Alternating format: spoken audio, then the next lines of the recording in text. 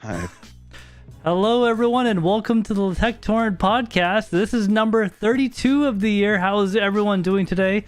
I am once again joined by our wonderful and lovely co-creator, Andrew, from the Creating Space YouTube channel, which is also linked in the description below.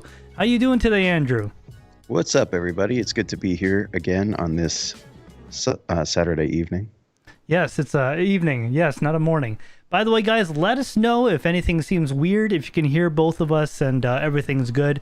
Me and Andrew have been having some tech bugs up until the very last second. That's why we were just a slight bit delayed there. All right, so we're just going to do a quick roll call, see who's in chat. Fixation 500, how you doing, buddy? Efren, oh, dude, you are up late, my friend. It must be like, what, 2 or 3 a.m. over there? Welcome to the live stream. Thanks for joining us, man. Creating Space, welcome to the live stream. You don't come by very often. I think you should come by a little more often. But yeah, thank you for joining the live stream, Creating Space. Let's see here. Taines. Oh, Taines, how you doing, man? Thanks for coming by. Let's see here. Yes, Efren. Andrew is Creating Space. That is, in fact, him. Yes, I am. So some of the topics we got for today. I'm going to be talking about my Ubiquiti failover that I set up. Seems pretty cool. I haven't done a full function test on it, but it seems to work just fine. I bought a bunch of Ethernet cables and Cat6. Andrew's got a new camera. We're going to talk about streaming PC issues. And the last thing will be recent purchases. All right, Andrew. So, you know, you've been to my house. You've been to the new studio. You know, Yes. It's a current state, shall we say. And you also saw the kitchen. So hear me out. I'm going to do Ethernet in my entire house, okay? I'm talking like an Ethernet drop in every room, regardless of what the room is, including the bathroom. Why? Well, you know what? bathroom's important. You know, if you just want to plug in your laptop to good old-fashioned Ethernet while you're thinking about your life, sitting on the bench in the bathroom, you know what I mean? Just want that man, low latency connection. If the bathrooms at airports had Ethernet, the Wi-Fi hubs would be a lot less crammed. They would be, right? I'm glad you finally agree with me. Anyways, I'm going to run Ethernet cables to every room in the house. And then I'm going to like run extra ones to the attic. I'm just going to run them everywhere. But I think that's a huge mistake. Look. Okay, let me finish. Then I'm going to do it the ghetto way. I'm just going to run it on the walls. Not in the walls, like outside the walls. No. I'm just going to get a bunch... Like along the baseboard. Yeah, I got no. Along the ceiling, not on the baseboard.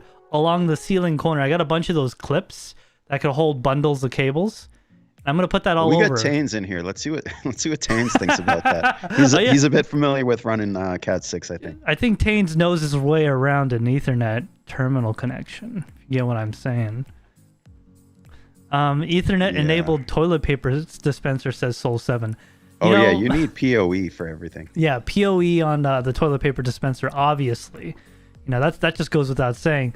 We got that one guy, Oz. You freaking awesome. Thank you for joining the live stream. That one guy, Oz. How have you been? Haven't seen you in a little bit. Anyway, so I'm going to run Ethernet to every room. And then I'm going to have the bundle of cables terminate into the basement, okay? And I'm going to get a patch panel, label it all. It's going to be nice. I've actually already purchased the Cat6A. I got 100 terminations. I got some boots to go on that because I don't want the clips breaking off. But like I said, it's going to be the getaway. Another option is I could drill a hole outside my house and just run all the cables on the outside of my house. That's ridiculous. That's also ridiculous. That's like back in the day when everyone was getting cable, and before that, people had antennas. So they would just run RG6 or RG59 along the outside of houses and drill a hole in your siding and stick it in. Just stick it right in there, put some caulking on it. We're good to go, right? Yeah. Yeah, so... I'm not a fan of external wiring. Yeah, I'm not either. The only reason... So, one other option I have. So, you know I got a chimney going from my basement all the way past my roof, right? Sure. I could take the bundle of cables, somehow stick it in that wall, and make them come out in the rooms that are attached to the chimney, except for like the room I'm in right now, the kids' room, and... Okay. What is your objection to doing it the right way? You mean like feeding it through the walls and everything? fishing it through the walls. A significant amount of time and effort. Okay, so maybe your time would be better spent wiring the rooms that matter instead of every room in the house. Okay, for seemingly no reason. So, okay, every room in the house only for future expansion if I'm going to do all the work, because I'm running a bunch of cable anyway. Also, I'm going to need to run like an additional 5 cables to strategic points in the house for PoE cameras. Okay. Because I want cameras everywhere. Okay, I got them. I bought them already. I got like 4 of them. Right. I wanna see inside my garage. I want to see outside my garage. I want to see the side of my house. I want to see the side of my wraparound porch. I want to see everything. That way, when the people in the elected positions come to get me, I know they're coming. Right? All right. Just joking. Basically, if I'm gonna be running a bunch of cables, I kind of want to just do everything at once. That way, you know, it doesn't hurt, in my opinion, just to have a coil of wire right above the bathroom or something like that. It'd be high on the ceiling. You see my ceilings? They're 8 to 10 feet tall. Hey man, all I'm saying is if you got a PoE camera in your bathroom, I'm not coming over anymore. No. Okay, just to be very clear, there will be no cameras in any of the residential rooms or bathrooms of any kind. It'll be on the outside of the... So the wire going into the bathroom is because right where my bathroom is, right outside the window is like a perfect spot for a camera on the outside. Not for a camera in the bathroom, to be very clear. No. I don't know. That is not something I'll be doing. It's just so for future expansion purposes. That way I don't have to run cable again. Because after I run the cable, it's going to be a nice thick bundle of, cable going across the house. Look like a snake. Okay, look, I know it's really sketch. Okay, how are you gonna route it? You're gonna drill holes in the floor? Yeah, so you see in the basement, it's basically gonna go up the sewage pipe chase. There's a big hole right there that just kind of goes up. It's gonna come out where the front door is, and then that's where it's gonna spread out into the whole house. So we'll have 1 line or 2 lines going into the studio room and 1 into the living room, 1 into the kitchen. And then it's all going to be like off the floor. It's all going to be in the corners of the ceiling and stuff like that. Okay. Okay, before you respond, let's catch up on chat real quick. Okay. Let's see here. Tane says PoE for the win, of course. Yes.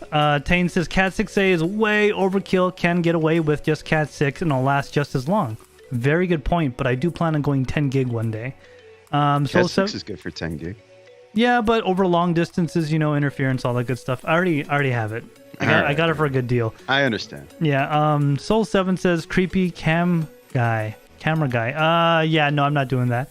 Tane says need to put an access point in the bathroom. Need to have perfect Wi-Fi. I wonder why you would need perfect Wi-Fi in the bathroom. Well, because chances are you're on your phone. Yeah, of course. That was already assumed. Yeah. So you can't have Wi-Fi dropping out. No. Because, your phone doesn't have an Ethernet port. It does not. You can't take advantage of that high-speed internet unless you have the good Wi-Fi. Dude, can you imagine if you could plug your phone into an Ethernet port? It'd be like the stupidest thing. Yeah. So, I also... So... Oh, go ahead, yeah. What I was going to say, and I don't know your plans, and I don't know what you want to do, but I do know that you already have holes going to almost every room, but they're occupied by pipes going to radiators. Huh. And if you're not using said radiators and don't plan on using said radiators, you already have holes to literally every room, and they're already routed. It's almost like conduit, but not. That's a very good idea, actually. It's just an idea. I don't know if it's a very good one, but it's an idea. So I will say one caveat. Okay, remember I told you about my heating dilemma this year? Yeah. Remember I was like, all right, I'm going to just use electricity. It's going to be fine. My house is insulated. Well, with the fact that my electricity went up 150% and all these other factors, my heating bill is $1,600 a month. So I could have just literally spent the same amount of money on converting to natural gas, running the radiators and all that, and have heat, but also it wouldn't just be burned in electricity. So I am actually considering going natural gas for the heat in the winter. Mm-hmm. Yeah, or at least dual source. Dual source, because when I eventually do get Tesla, power walls, and all that good stuff, right? I still need electricity to run the furnace, the boiler rather. So right. I'm thinking I might just want to bite the bullet and go natural. I wanted to do the no combustion rule in this house, but it's just, I don't know, man. Next year it's probably going to be $2,000 a month for electricity. And you already have natural gas in the basement? No, not yet. So you would need it plumbed to the house, get a meter put in? Yeah, well, it's already plumbed to the house, but it needs to be like modernized and put a meter in, yeah. But the utility company will do it for free as long as I use it as my primary source of heat. Not like a stove or something. Yeah, anyways, the quote I got for all that work, including removing that massive oil tank and all the infrastructure, it'll get done. You know what I mean? Sure, yeah. Let's catch up on chat real quick. Tane says AP equals access point. Yes, access points, man. I already have one in the house. I think I need a second one, actually. Soul7 says... I doubt it. Okay. Doubt it. Let me explain... Hey, I've seen your house, man. You don't need to explain. I've seen the space, and 2 points of internet should be enough. Yeah, 2 points, not one access point. But you have a router plus an access point, correct?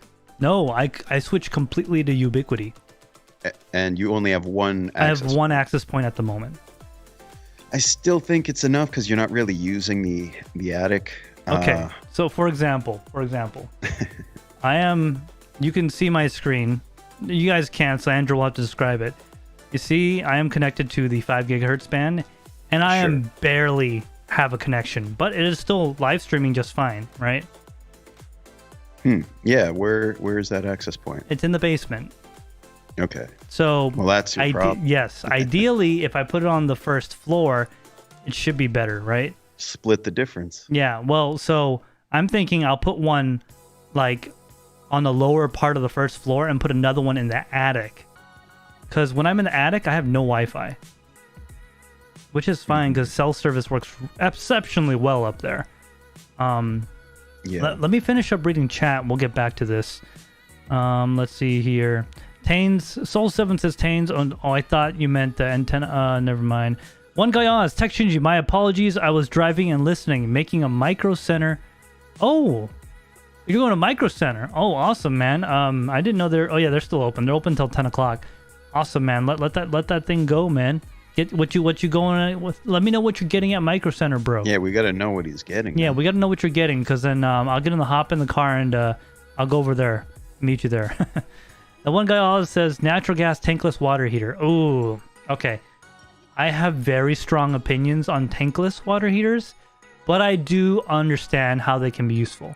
Personally... What are these opinions of yours? Okay, so the tankless water heater is a great device. But overall, I personally don't really think it's that much better than a tank water heater.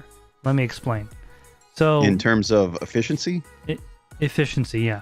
So when you burn natural gas, blah, blah, blah, all that, you're creating, it's a condensing furnace essentially, right? So it'll heat the water when you need it on demand. The advantage is you don't have a tank on standby, right?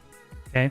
Right. So with the tankless water heater, in my personal experience, they cannot handle a high capacity of surge.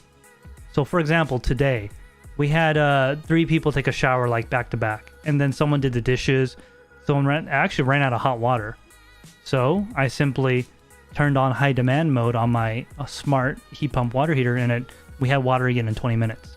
The tankless water heater, I believe, is a great device for remote locations in the house that are far away.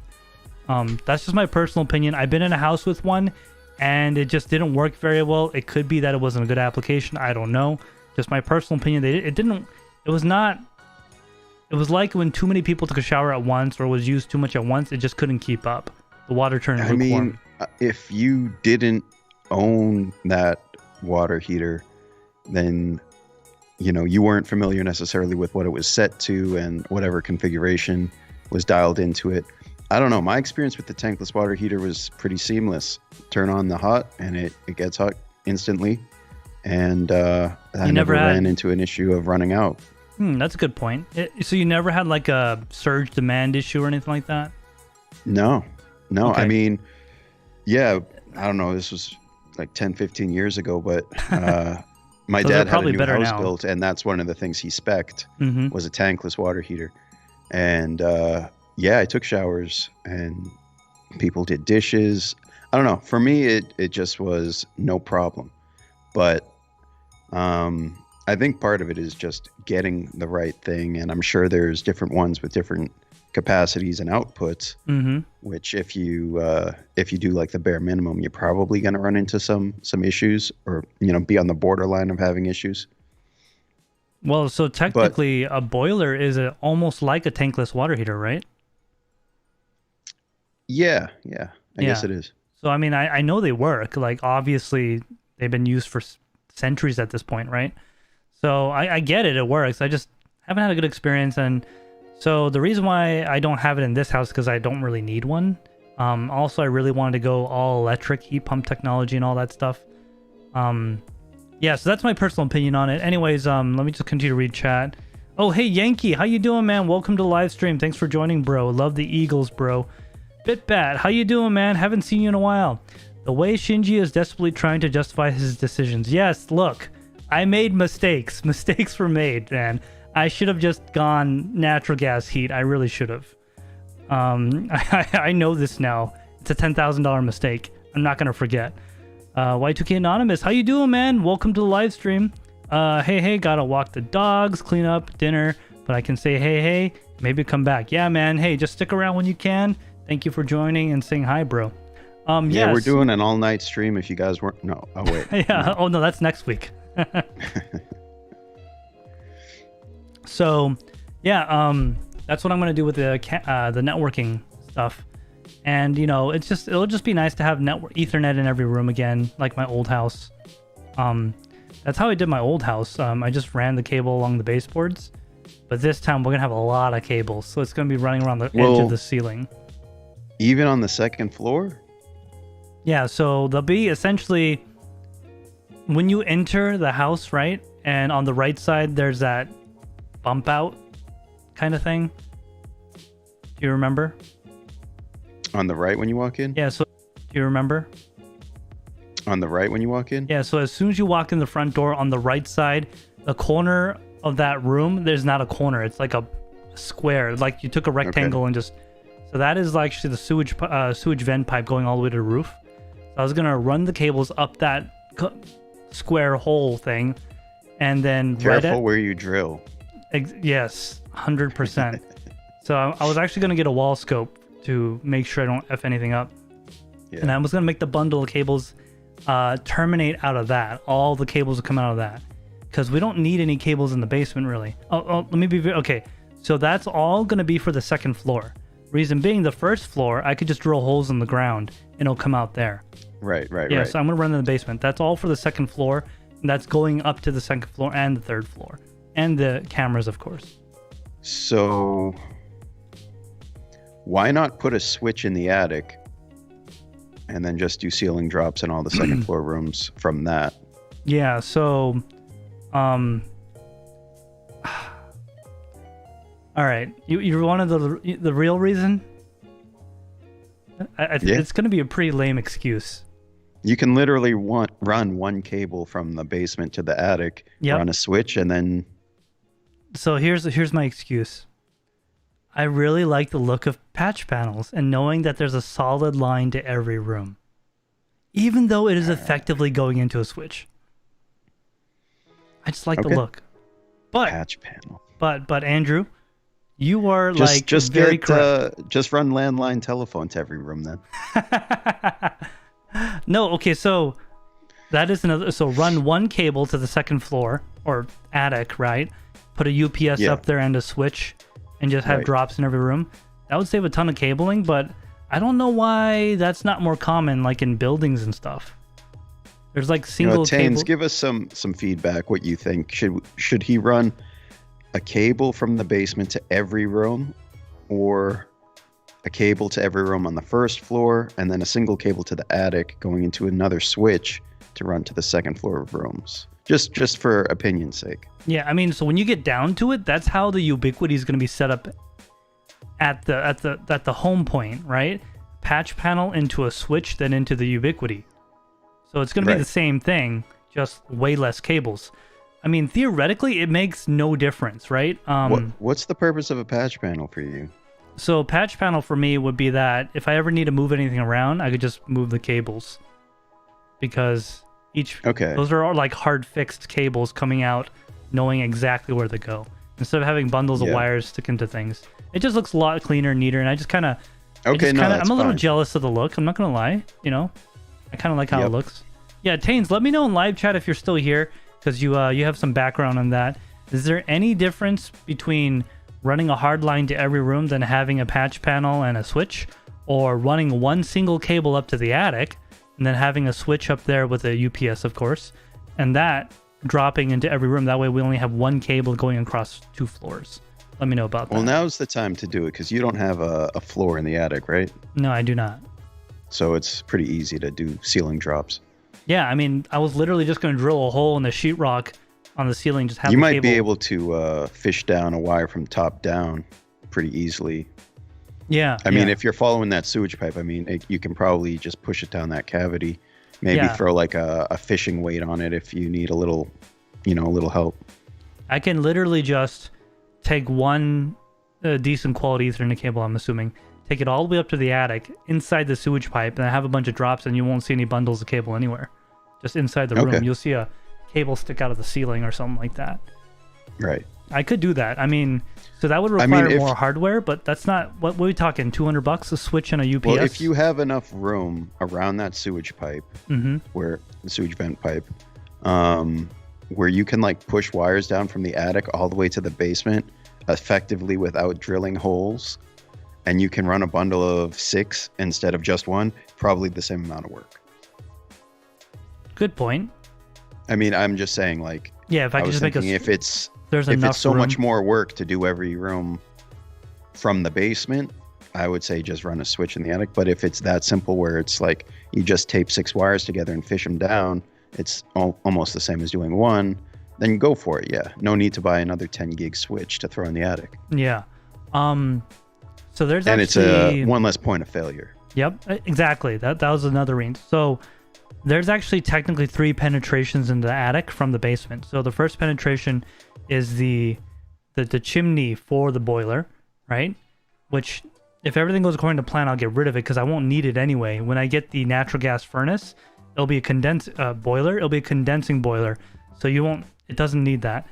Second one is the sewage vent pipe, and there's a third one which is kind of confusing. It looks like they had a stove at one point, like a wood stove with a chimney going up, but they blocked it off later on. I can't really tell.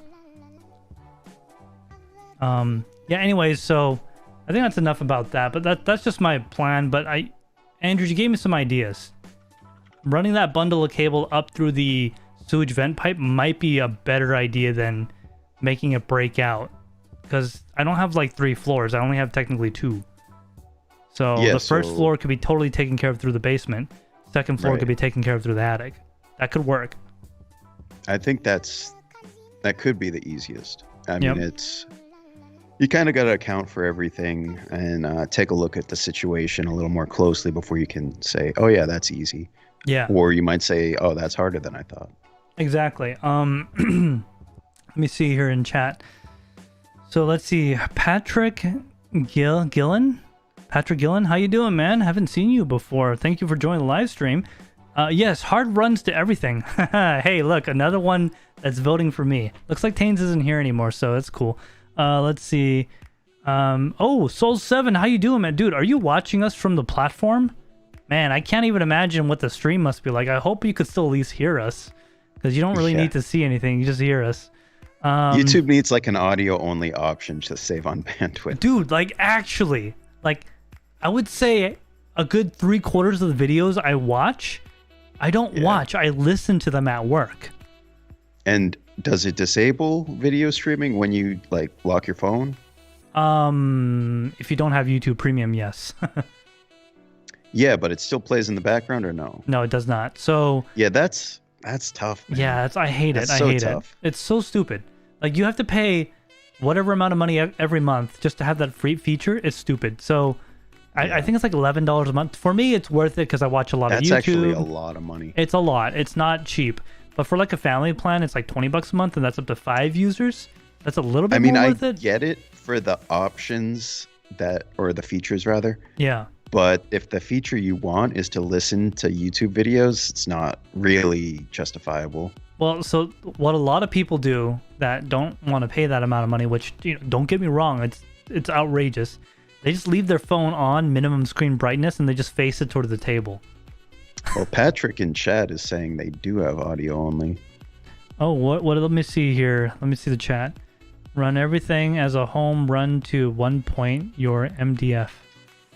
MDF. I'm not sure what MDF stands for.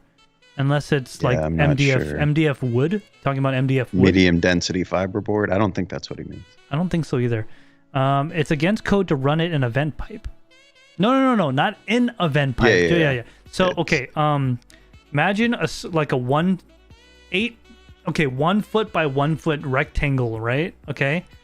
Imagine there's a 1 foot by 1 foot rectangle going straight through the house, all the way into the attic from the basement, right? And inside that rectangle, there's a cast iron vent pipe. Okay. I'm not going to run the conduit. I'm not going to run the Ethernet in the vent pipe. It's going to be in that rectangle between the vent pipe and the wall. We're just saying alongside, not along within. the side. Yeah, not within. I would not do that anyway because I don't want my Ethernet getting stinky. You plug it into your computer, you start watching videos, and everything starts smelling. I don't want that. Wait, is that not how it works? He says you can do audio only. Maybe. Soul7 says he's saying on mobile, it seems like if you use the web browser, pull up YouTube, start a video, then you lock the screen, video stops. But then from the lock screen, you have the pull down option to just hit play. I think that's what he's saying. I'll have to give that a shot at some point because... Patrick, let me know if that's Android or iPhone. Okay. I think both, but... Yeah, I'm not going to run an event pipe. I was just looking at that. Like, I realized how confusing what we were saying was. This is like the old mobile phone videos from back in the day. Yeah. Oh, great. I think he's talking about the quality of the stream. Yeah. Okay, yeah. So, remember like when you actually took a video with a phone and it like best case scenario was like 240p or like 1440i. 144. Yeah, 144i. Yeah, that was rough. Those were tough times, man. Tane says MDF is not what we thought it was. It's main distribution frame, your main network location. So is that like some people like put a sheet of plywood on the wall and put like the router and all that stuff onto it. I seen those. Those were pretty cool. But I don't know. Why don't you just Google image search? Maybe okay, you know what? All right, you know what? Okay, you're absolutely right. MDF. It probably is like actually a rack mount frame. Like a rack frame, that's what they're saying, and it would just contain everything. But for your case, it's probably overkill, something like that. So everything that's coming up in the first Google search is racks, basically, and the open air racks on walls and stuff like that. Little home setups. Yeah, dude, I just want a rack. Might be overkill unless I just want a nice. You want a rack, so you can get like a not rack mount device, rack mountable accessory. Dude, I want to get a nice heavy duty rack. Just put it in my basement so I can put my hands on it and just make sure this rack is nice and rigid and strong and just know that all my network is flowing through it, man. I do like racks. And wall mount ones I think look really cool. Yeah, so I was actually thinking about putting it all in the attic, right? Like a wall mount rack in the attic on the back wall. Then I realized, one, it's not finished. Two, it's going to get smoking hot there in the summer. That's why I chose the basement. That is definitely going to shorten the life of any equipment. Yep. I mean, it gets to like 110 degrees up there in the summer. So, definitely the basement because it doesn't get above 70 ever. Like between 40 and 70. I know you haven't been there too long, but how's moisture in the basement? Yeah, so I've already been through the spring rainstorms and stuff from last year, and I've been through snow, and it's actually not been too bad. There's a little bit of a leak in the corner, which I found with my thermal camera, by the way, because I turned the fan on, I just pointed at the wall, and it's actually pretty good. The bulkhead is where a lot of water comes in, though, so I gotta somehow seal that up, put a new stairwell in it and stuff like that. Is it the bulkhead itself? Yeah, the bulkhead doors are not watertight. Something is leaking and it's dripping down in, and it's coming into the basement. Okay. Yeah. Let me take a look at chat because people have been popping. Let's see. Hey man, it's just network guys talking shop. Yeah. Andrew, do you want to just? It's a little over our head. You want to just look at chat real quick? I'm gonna check something. Okay. Yeah. It says. Let's see. If you are like me with super limited bandwidth, it's still trying to stream the video as well, Soul7 says. Tane says MDF is the location of your main network gear. Patrick says MDF is your principal location of your network equipment. IDF, independent, are the sublocations of extra equipment that is localized to an area. So you're not going to have multiple areas being networked. I think you're just going to have technically a main distribution area. Exactly. Yeah, I think that pretty much wraps it up. There's ongoing conversation, but nothing. It's not complete. So the conversation's funny. Something about stalking or something. I'm not sure what. I'm not. Is it because? I see. Is it because of this? NEC swag, New England Crypto. Yep. I got New England premier home electronics store, Federal Hill Home Theaters, by the way, if you guys need a home theater. Not endorsed, not sponsored. I just happen to have a nice wonderful shirt. It is nice. It's nice. The printing's actually good. It looks and it pops. Right here. I don't know if you can see that. For all things audio video. It's nice. The orange and black really does. I like it because it's clean. Okay, it's not like super it's not loud and yeah. it's not what's that word where it's like complicated messy. Or like it's not messy. Busy. It's not busy. It's clean. It's not busy. Yeah, it's clean. It's easy to read, and it's a black shirt, and the fabric is pretty nice. Okay, look, I am not endorsed by him in any way, shape, or form. Okay, if anything, I've sent him some stuff, but no, he has. Get him in here. Tell him to say hi. Yeah, man. All right. Let's move on to the next subject of the night. Yeah, what do we got? We're going to talk about some... Do you want to do recent purchases or the camera thing? Let's do recent purchases. All right. So have you gotten... Oh, wait, no, that's gonna talk all about camera stuff. Never mind. Oh, is it? Okay, let's do camera stuff. Okay, you want to do camera stuff? All right, so... Andrew has been snickering with me and giving me hints and giving me tips and tricks and all these things about stuff about cameras all week. You'd be like randomly messaging me, dude, I'm gonna get a camera. Which one? I don't know yet, man. I'm thinking about the blah, blah, blah, blah. I'm like, okay. He's like, dude, I just bought a camera. I'm like, which one? He's like, next thing I know, he's like, dude, my camera's better than yours. I'm like, what is this camera? Hey, I don't know if I said that.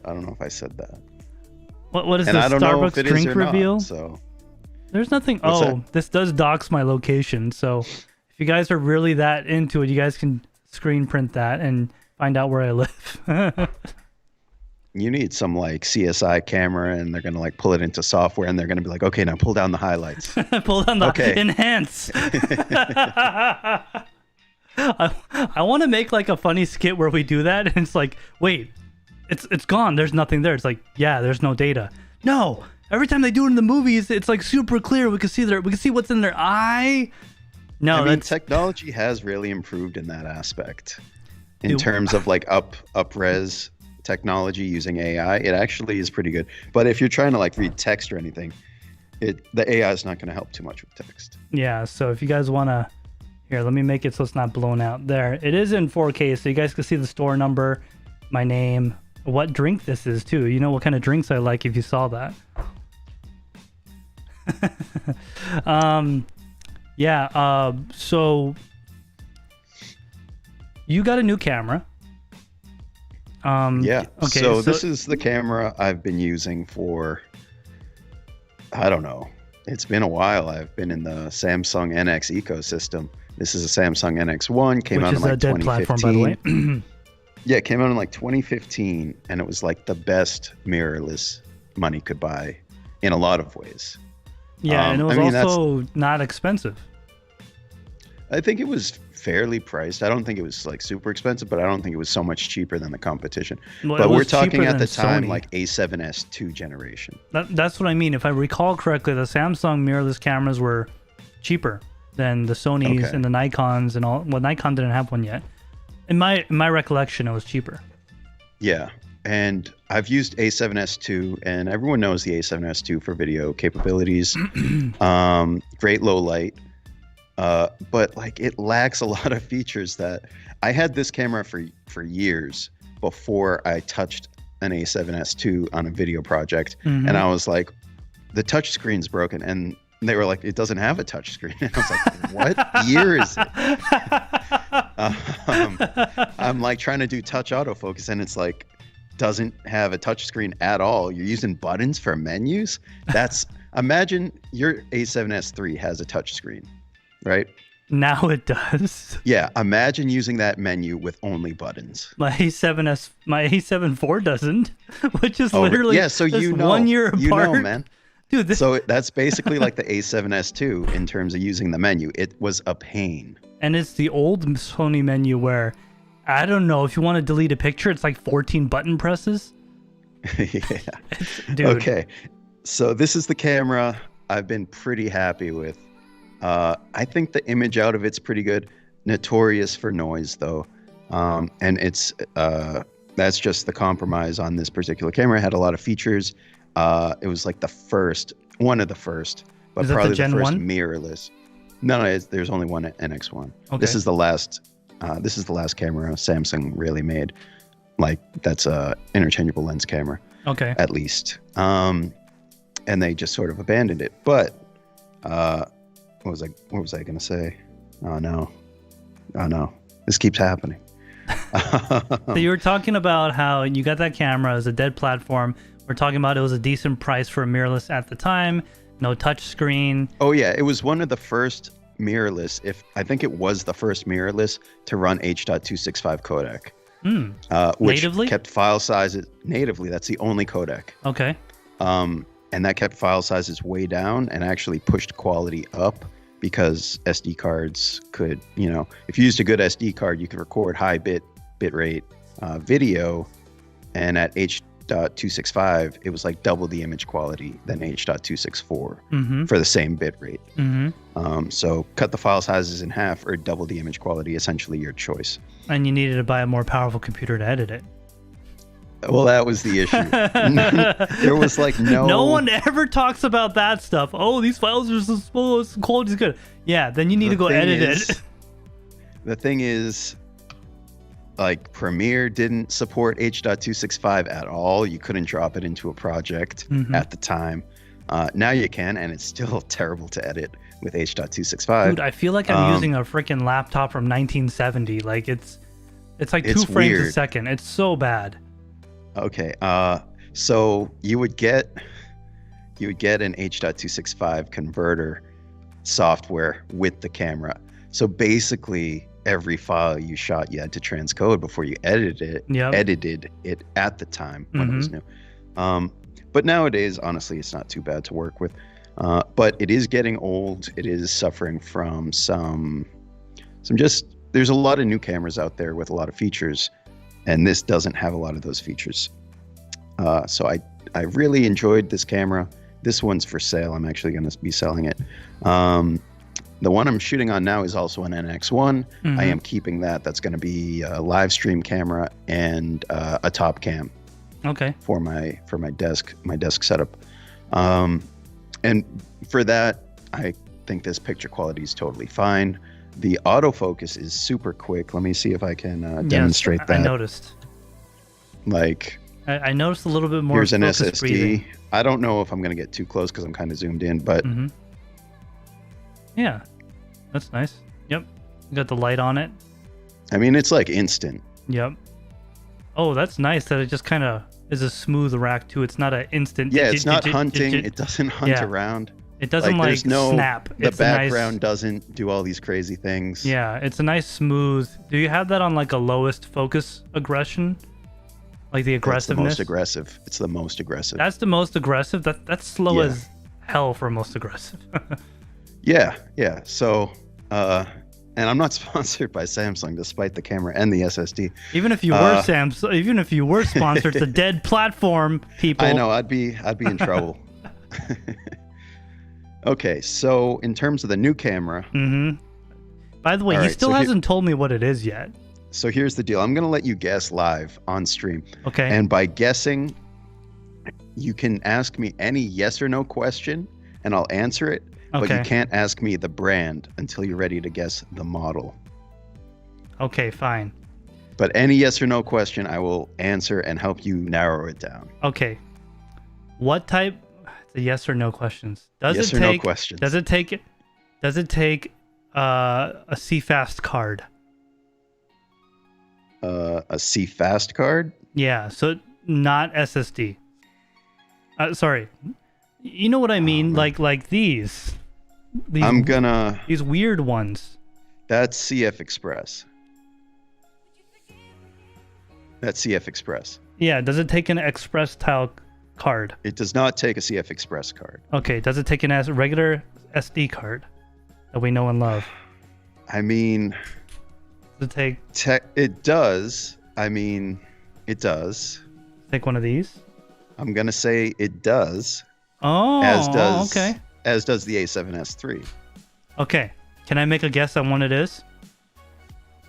Yes. Okay. And that's quick. Are you sure? I know you. Okay. I've known you for what, 2 years now? Okay. I'm going to guess the brand. You can't guess the brand. Okay. Can I guess? That's why you need to ask more qualifying questions. Okay. Can it record to an SSD? Yes. Okay. Does its autofocus suck AF? Yes. Okay. I know what it is, dude. I'm not... Look, as dumb as I look, I'm not that dumb when it comes to this stuff. It is a Pocket Black Magic. Yes. Yes. Okay. That wasn't that hard. Yeah, you kind of knew I was... There's like 3 things that they're known for. It's focus. Yeah, anyways. So, guys, if you don't know... It's like no autofocus. It's terrible battery life. Yeah. Okay. So for those of you that don't know, they're watching the stream. Oh, New England Crypto's here. Actually, hold on. Let's catch up on chat.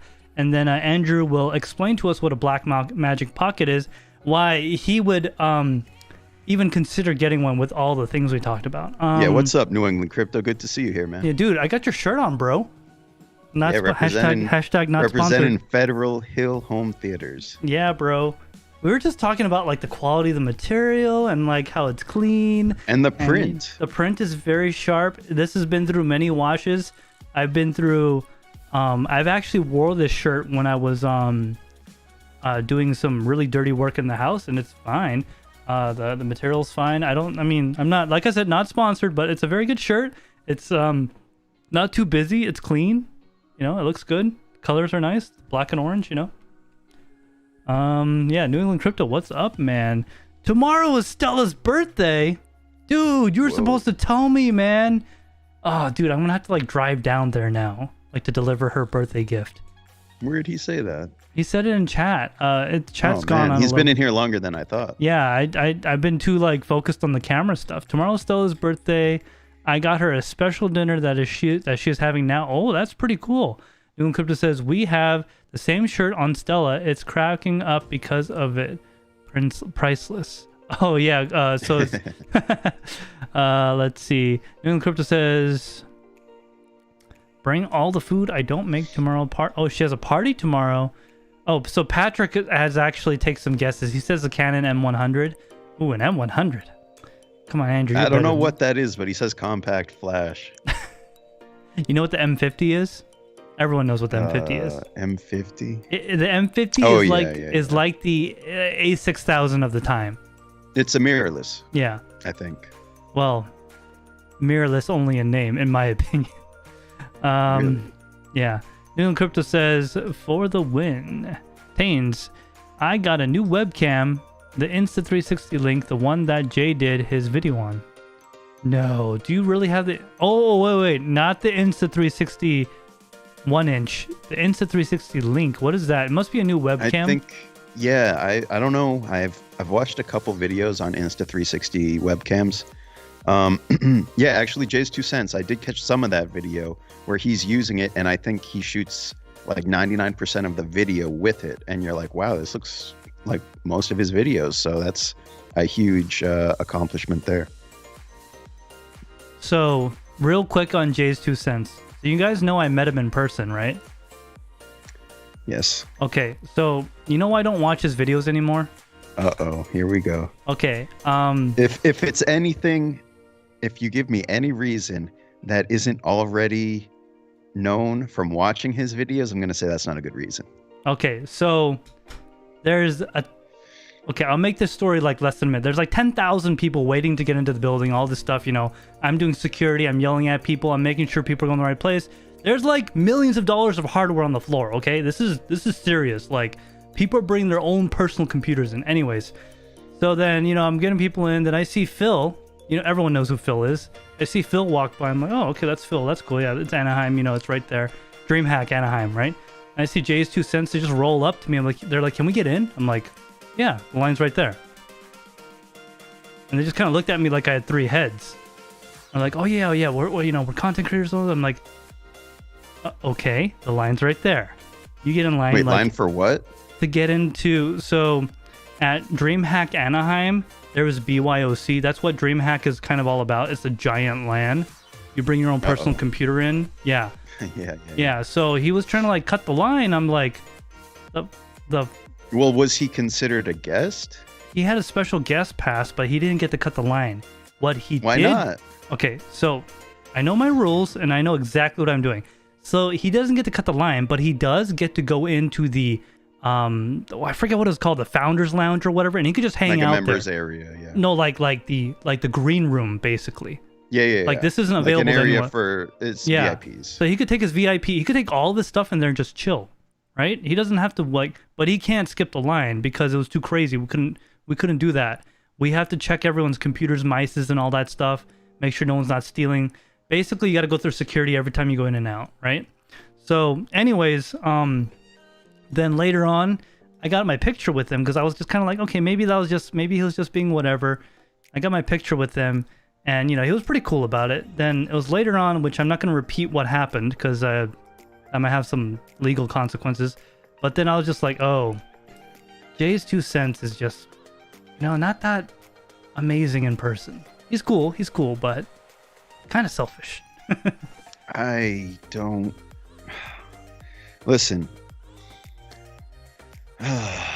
And, you know, just to be very clear, the guy's a great guy. Just, you know, rubbed me wrong that day and all that stuff. And I was just like, you know what?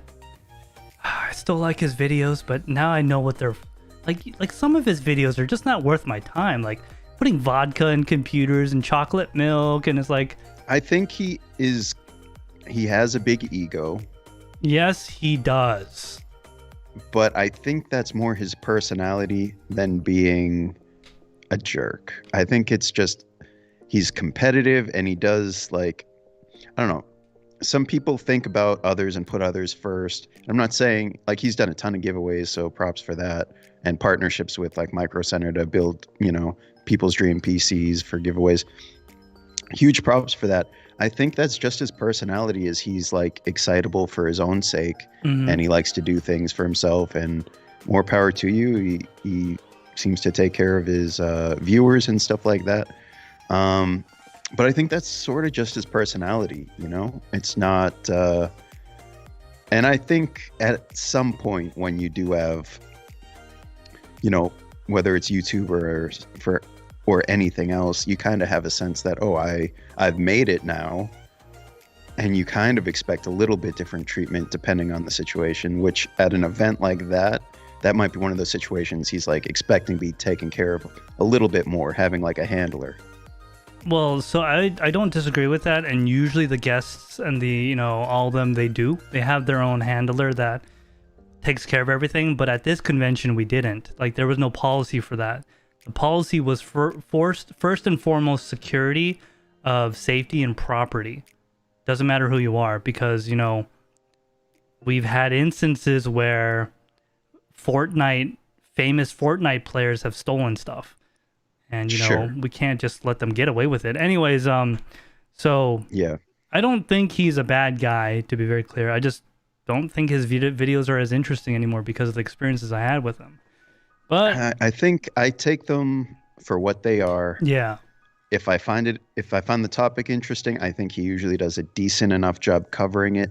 But there's a lot of things he does that I just don't find interesting, and I don't watch every single one of his videos. yeah, But- same here. I mean, I still watch his videos every now and then when he is reviewing a new product or something. You know what I mean? I like his when he does the commissioned builds. Oh yeah, that Star Wars one he did on the And I don't let me Corsair one. rephrase.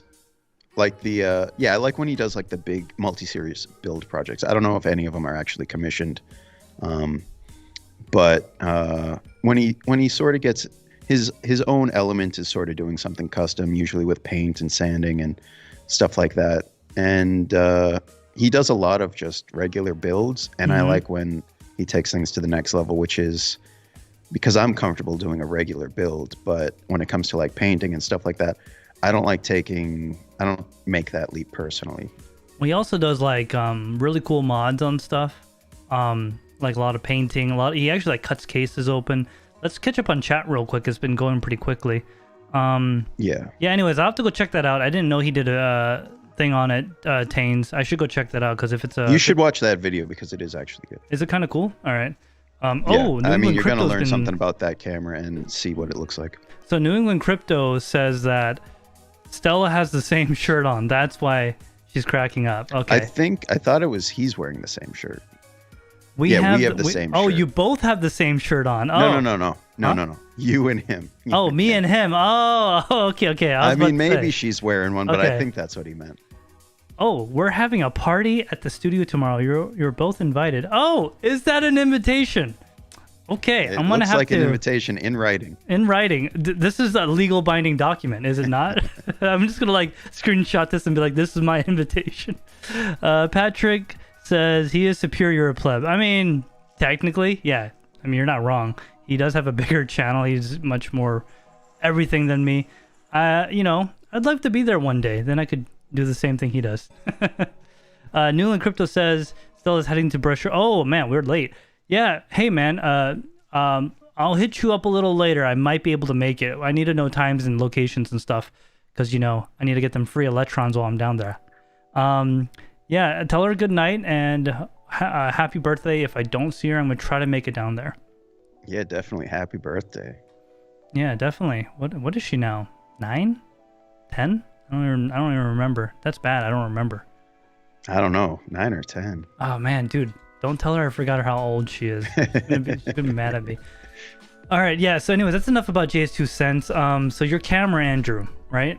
Okay, yeah. So, So it's a Pocket Blackmagic 4K. here's the thing. right? The thing. Am I absolutely correct? So, the company. Do you know the name of the company? I actually don't know. Who makes Blackmagic? It's a company called Blackmagic Design. Wow, really? I would have never guessed. Yeah, so the name of it is actually, the company name is the preface there. And so they make a lineup of cameras, and they have a subline called the Pocket, right? Yeah. So technically called the Pocket. Even though Cinema it can't fit in a pocket, just to be very clear. Hey, whoa, listen. The first Blackmagic Pocket Cinema camera could fit in your pocket. A large pocket, yes. No, a regular pocket. Okay. I'm serious. It was a small camera. And then they released the Blackmagic Pocket Cinema Camera 4K. Mm-hmm. Which was bigger. Oh, wow. This thing was tiny. Yeah. The first one was actually probably smaller than my NX1. Wow. This thing, it looks like, this Sigma? Sigma. I'm not sure. It looks like a Z cam. Or like a Leica or something. Yeah, it looks like a Z cam that got cut in half. It's a clean design. It's nice. It's very nice. So then they came out with the Blackmagic Pocket Cinema Camera 4K, which would fit in some larger pockets. And then they came out with the Blackmagic Pocket Cinema Camera 6K, which I believe reused the 4K body but changed out the sensor for a 6K sensor and changed out the mount. The 4K used a micro 4/3 mount, and the 6K uses Canon EF mount. Oh, it does. Yeah, like so a native 6K control and everything, autofocus. Well, here's the thing. It doesn't really have autofocus. None of the Pocket Cinema cameras have continuous autofocus. It's touch autofocus. What do you call it? Single autofocus. Single point autofocus. Single point autofocus. No continuous autofocus. Okay. But it does have lens control, so you can throw a regular Canon EF lens on it, control iris, aperture, and focus, obviously. So yeah, you can use manual or automatic lenses. It's just single point autofocus is what you're limited to if you do use an auto lens. And doesn't then even have 900 phase detection points, or dual pixel phase detection. It's very, very basic. Doesn't have any of that. Detection. Trash. It definitely does not have face detection. And then they came out with the Blackmagic Pocket Cinema Camera 6K Pro, and that used a larger body, and it added built-in ND filters. That's nice. And it upgraded the screen, because up to now it had a fixed screen, and now it has like a tilting screen. It doesn't flip out, but it tilts. And the Pro has a 1500 nit 5-inch screen. Okay, I just want to point out, Sony, is one of the companies that you need to do everything to like make them change anything. And look, they have a flip out screen. A selfie screen. Yeah. Look, I'm just saying, like, this is the company that we're talking about. Sony here. They haven't changed anything in years, and even they have one. Well, Sony has changed. That's actually, they've had that for a while. I think A7S2 had that. Maybe. Maybe No, it did not. It did not. I know this. Okay. No, even this camera, which is only 6 months old, has this nonsense. What am I going to do? Look up someone. This is the A7R4. Okay, but that's not a selfie camera. It is not. No, it isn't. But all I'm saying is, I mean, the NX1 had not a selfie camera, not a selfie screen, but so you can look it at did have people's feet multiple too? angles. What's that? So you can look at people's feet. It's not bad, actually, but Look, I mean, it's great for low shots. It is. Or standing above, yeah. But anyway, I did not get any of the cameras I've mentioned yet. I got the newest iteration, which is the Blackmagic Pocket Cinema Camera 6K G2. Oh, okay. Which is a combination of the 6K and the 6K Pro. It kind of splits the difference. So the 6K Pro is the bigger body, which the G2 shares. But I do not have the high brightness screen. I have the screen from the 6K, and I do not have built-in NDs. Oh, I was just about to say, no NDs. Okay. No built-in NDs. That would have cost me, quite a bit more. So, but I do have the big body. So I will do a side-by-side with the NX1 if I can fit them in frame together. Yeah, it's just like taking up the switch for... This is the NX1. And this is the 6K. Look at that chunky boy. Yeah, oh, God. it's a good size camera. Dude, it's like half fake lens. I mean, that kind of says it all. Yeah.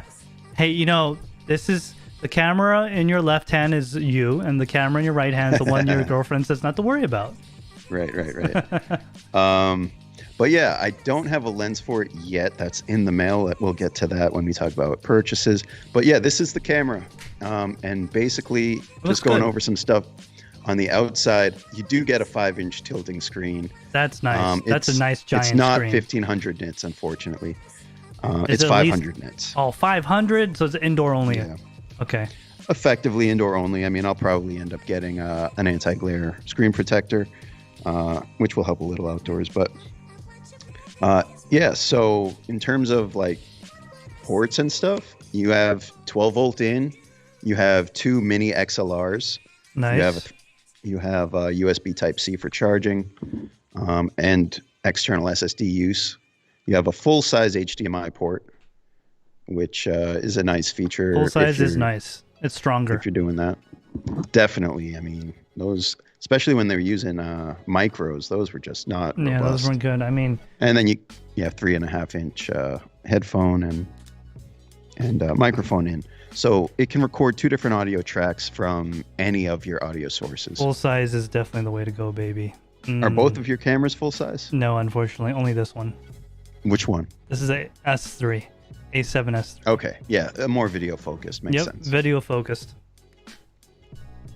Very nice. So, Very nice. So yeah, I'm going to be shooting 6K video, which I'm actually going to be shooting primarily 5.7K.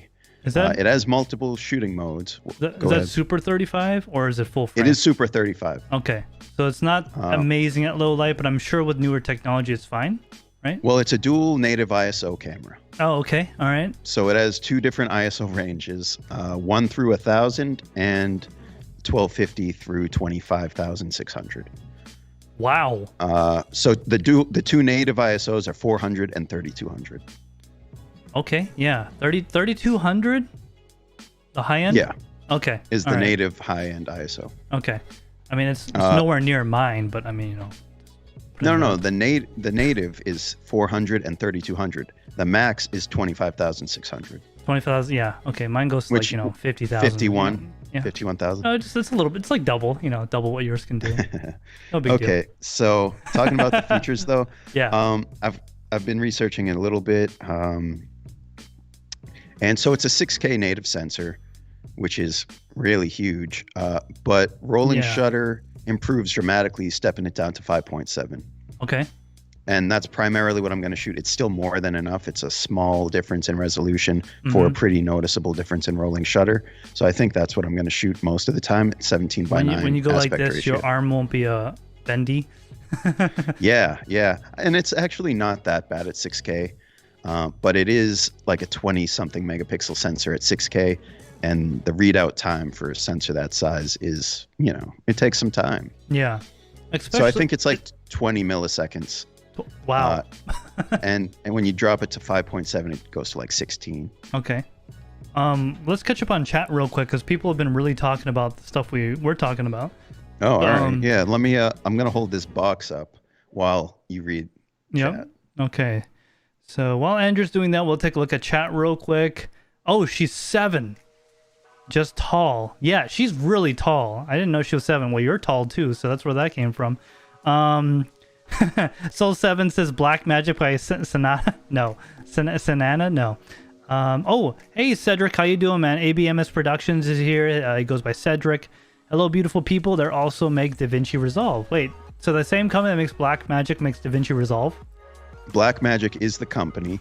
They make the Pocket Cinema camera, and they also are the supplier of DaVinci Resolve. Oh, well, okay. So they probably have some reason to make their software work very well with their cameras then, which is good. Indeed, they do. And I'm actually using a Black Magic capture card as we speak.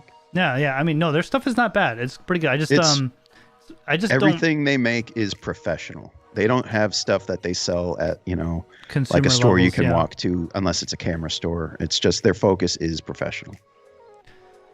I feel the beard. Yep. If you guys just say that under your breath. Yeah, if you guys don't, Cedric says, fear the beard in a movie theater. Yeah, if you guys don't know, New England Crypto has a cool YouTube channel as well. He's got that really long beard. It's real. And if you talk to him long enough, you'll see it starting to slowly split. That's how you know you've been talking to him for a long time. Let's see here. Pop-on NDs are nicer because it's like having extra disposable lens cover. No, NDs are expensive, bro. I don't want disposable. Well, having one break and have it be replaceable is nice. Well, okay, so I don't know about you, Andrew, but I don't really use NDs very often. Okay, I don't use cheap NDs often because when you use cheap ones, I don't know, I get like this weird color, like purple color cast, hue. color shift. Yeah, I get all this weird stuff, so I get like my NDs are pretty expensive. I ran a Tiffin variable ND and it was nice. I got to get a new one for new lenses, and we'll get into that. But yeah, especially the cheap ones. If you buy like a multi-pack of like a 2, a 4, and a 6, or 2, 4, and an 8, if you don't get good ones, it's gonna affect the picture quality. It's not just gonna darken it.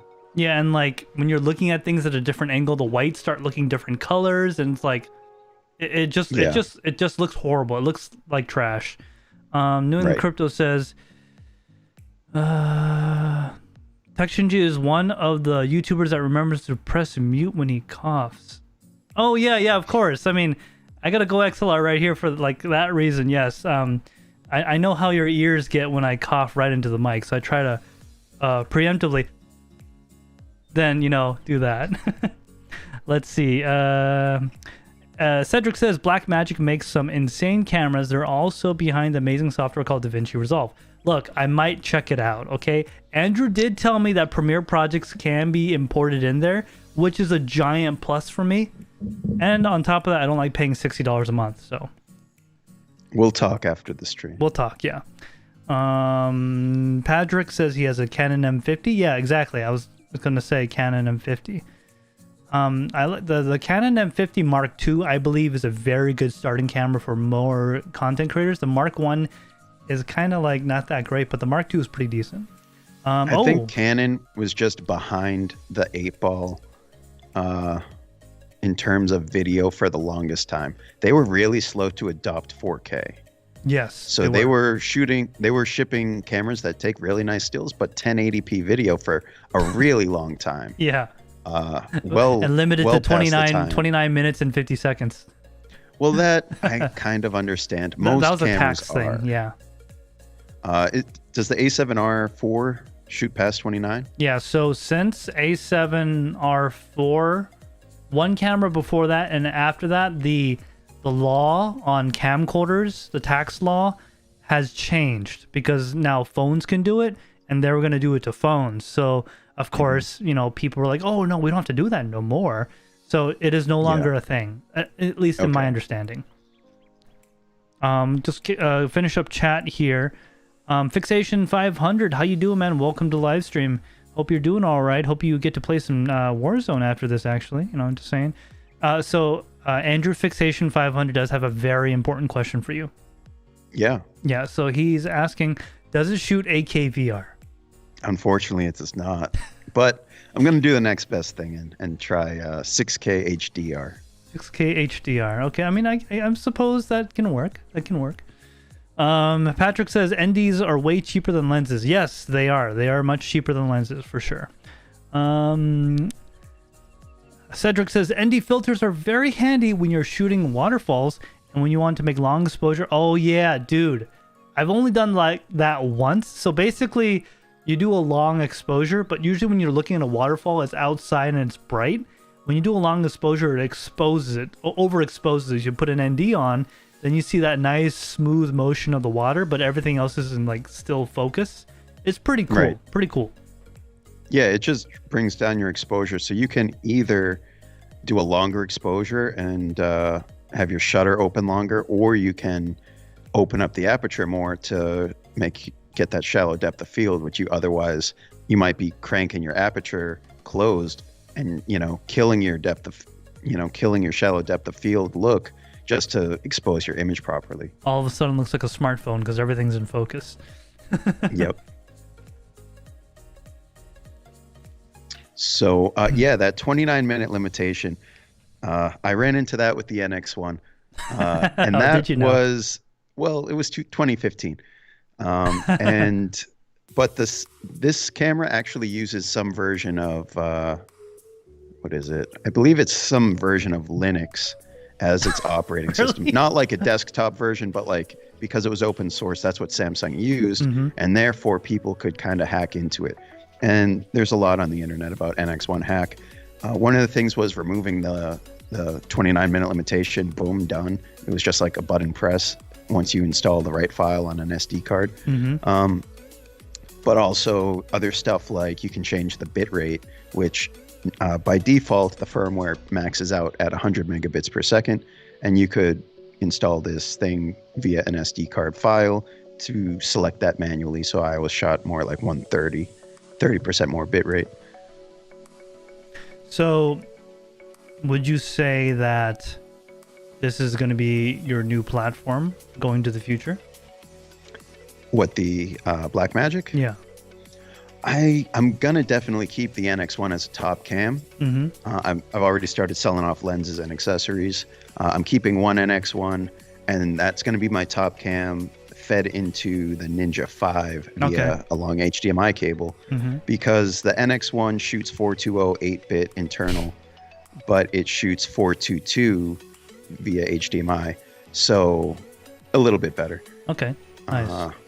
And it will also be the Ninja will also be serving as a monitor for my top cam, which is a nice little added bonus. It's a nice. It's pretty bright too, so it works pretty good. Yeah, especially when you have a bright light in your face, you need a bright monitor. Yeah, for sure. But in terms of it being my new platform, I haven't played with it to know that. I think I don't necessarily know if I'm going to need a second camera in this lineup, or if the NX1 will serve as a B cam for a long enough time and being able to color match. So in terms of features on this camera, it shoots 6K video. It also shoots Blackmagic RAW. Oh. So I can get RAW that's video. Pretty good. I can get RAW 12-bit out of it. And RAW you can change 12-bit. ISO in post. Dude, that is nice. Being able to change ISO in post is so...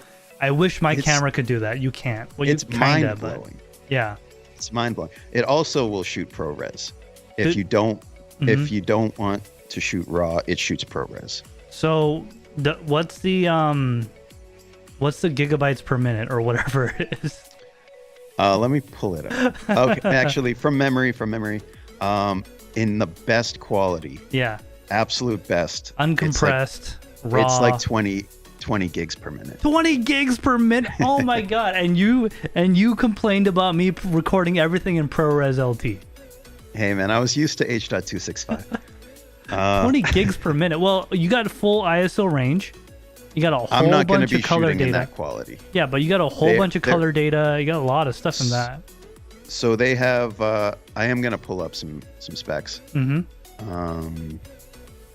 But they do have multiple compression ratios. So they have 3:1 RAW, 5:1 RAW, 8:1 RAW, and 12:1 RAW. So if you say you only have a certain amount of data left on your storage device, but you're like, I need to shoot for this amount of time, you can stop that down and sacrifice a little bit of compression and still get it done.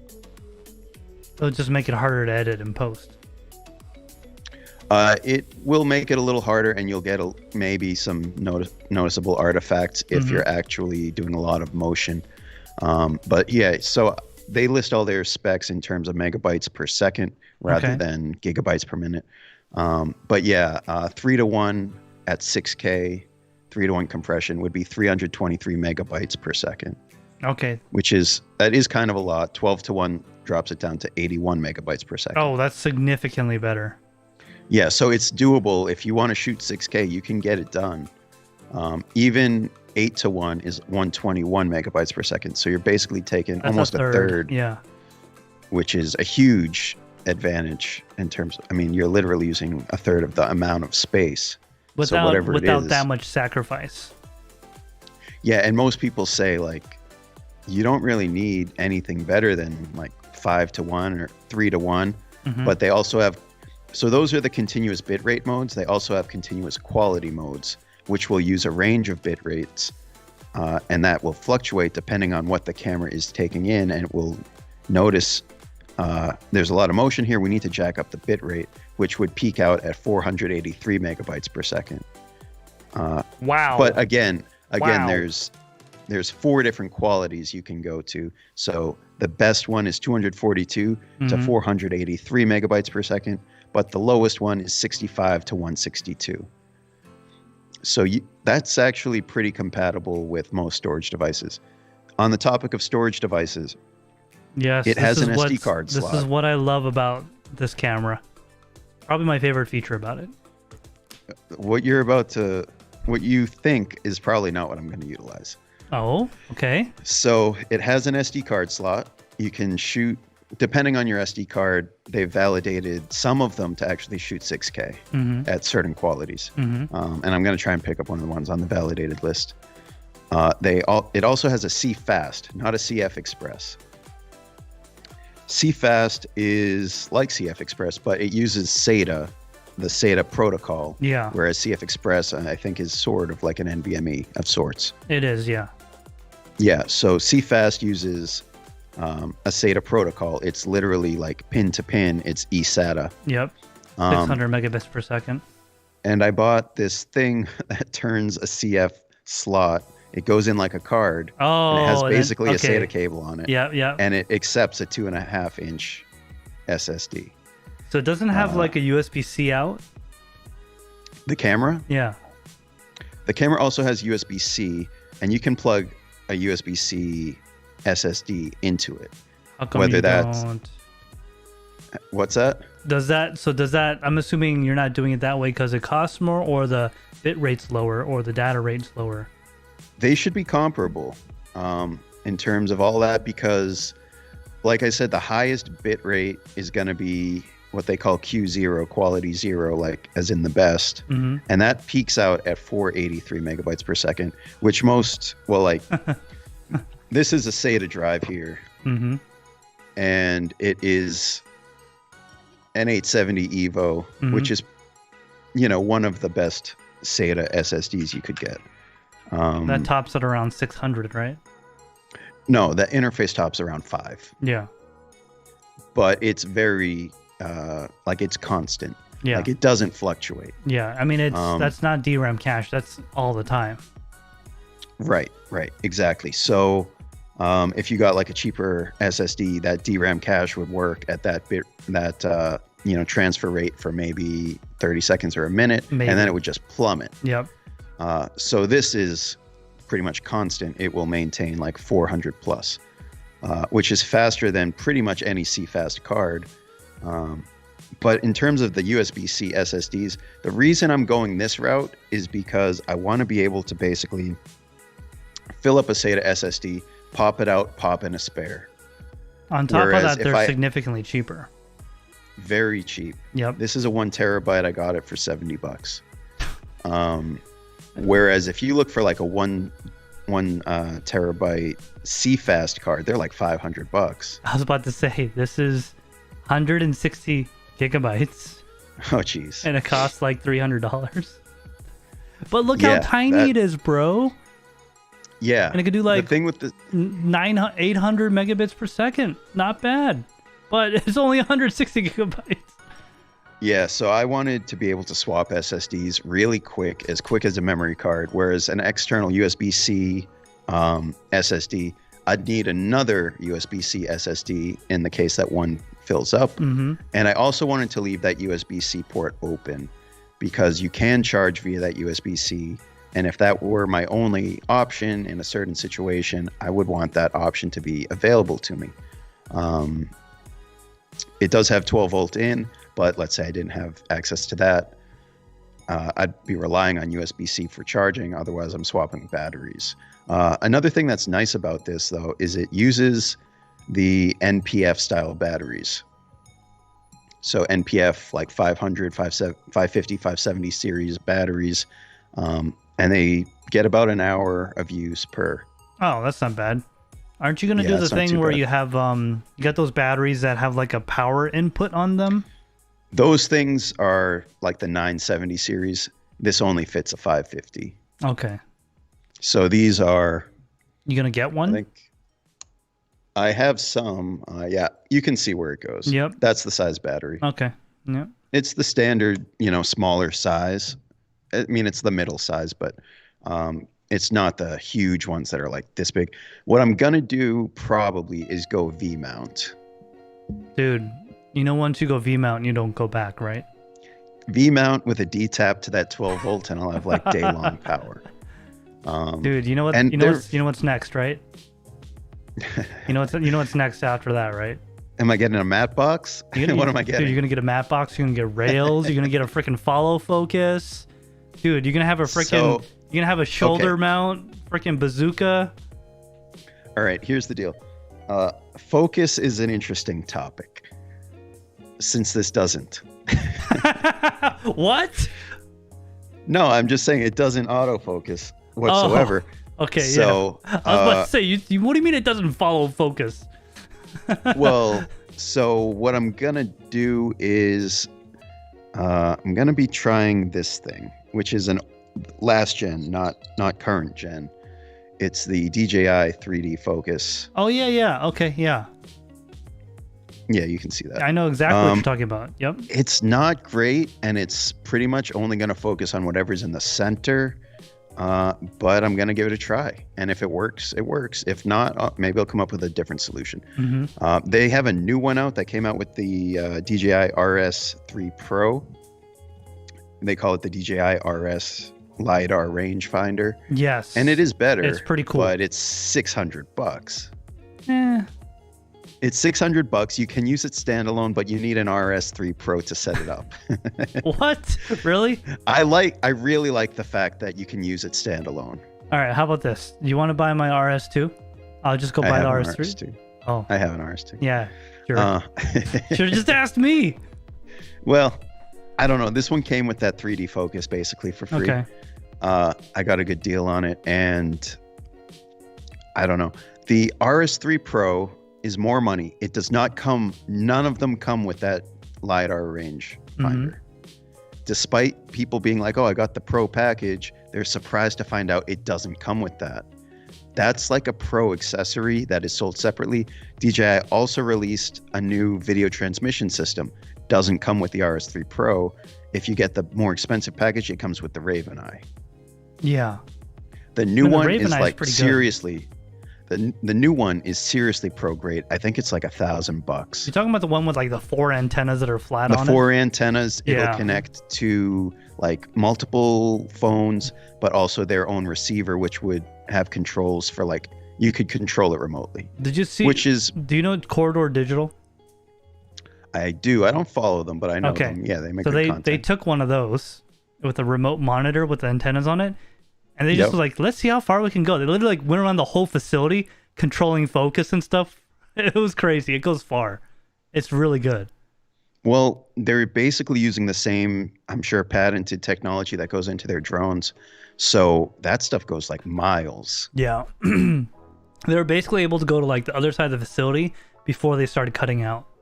I'm sure of it. Yeah, that stuff is great. If anyone has ever used a DJI drone, you're like, the video is crystal clear, as pretty much, I mean, I would say as long as you have line of sight, but that's not even a requirement. Well, I mean, you could just program it and it'll go do its own thing and come back. Yeah. I'm just saying the transmission is amazing.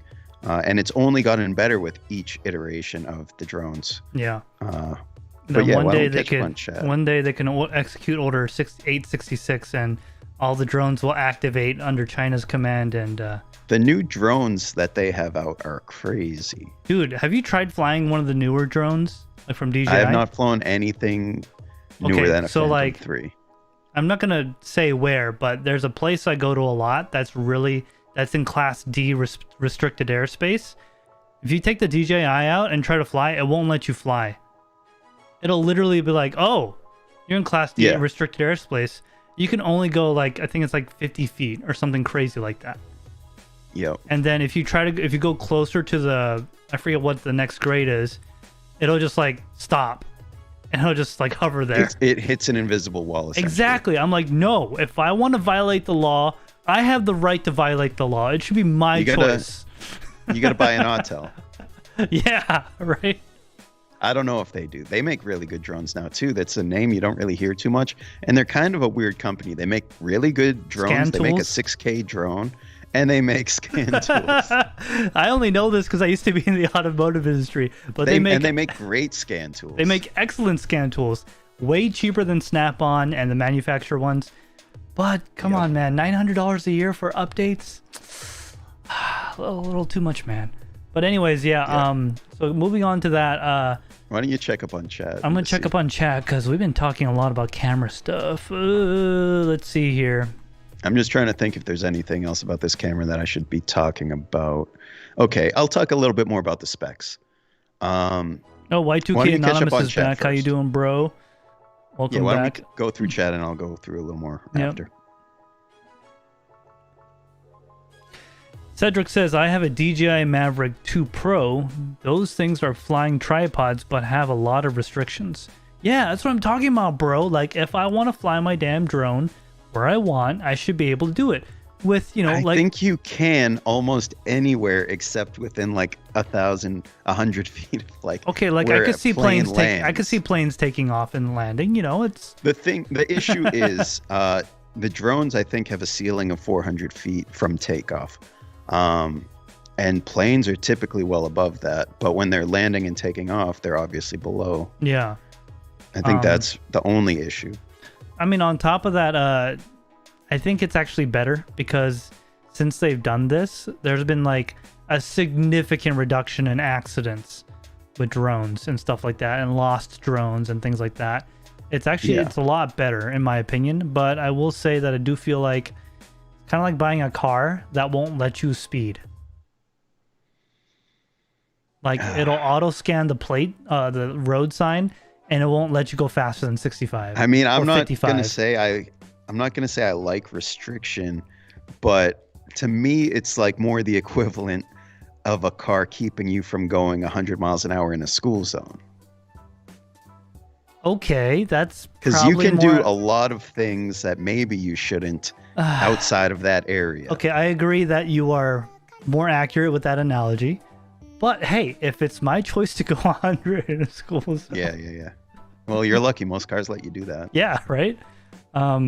Actually, Fixation 500's car reads signs, right?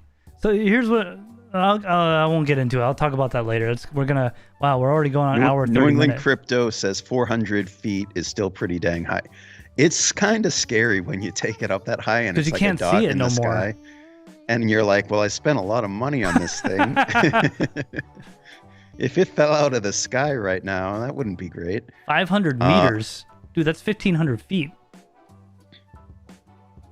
500 meters, That might be in an area that's uncapped, like no class restricted airspace. I always thought it was 400 feet from takeoff, but maybe that, I don't know, that might be a regional thing. CPP Tech, howdy. How you doing, man? Thank you for joining the live stream. Haven't seen you a little bit, man. How you been? Yeah, since he's talking metric, it might be a different region thing. Yeah, it might be a different region. So I know, like, even the old DJIs, the like really old ones, because I had my friend come up and help me do some car stuff.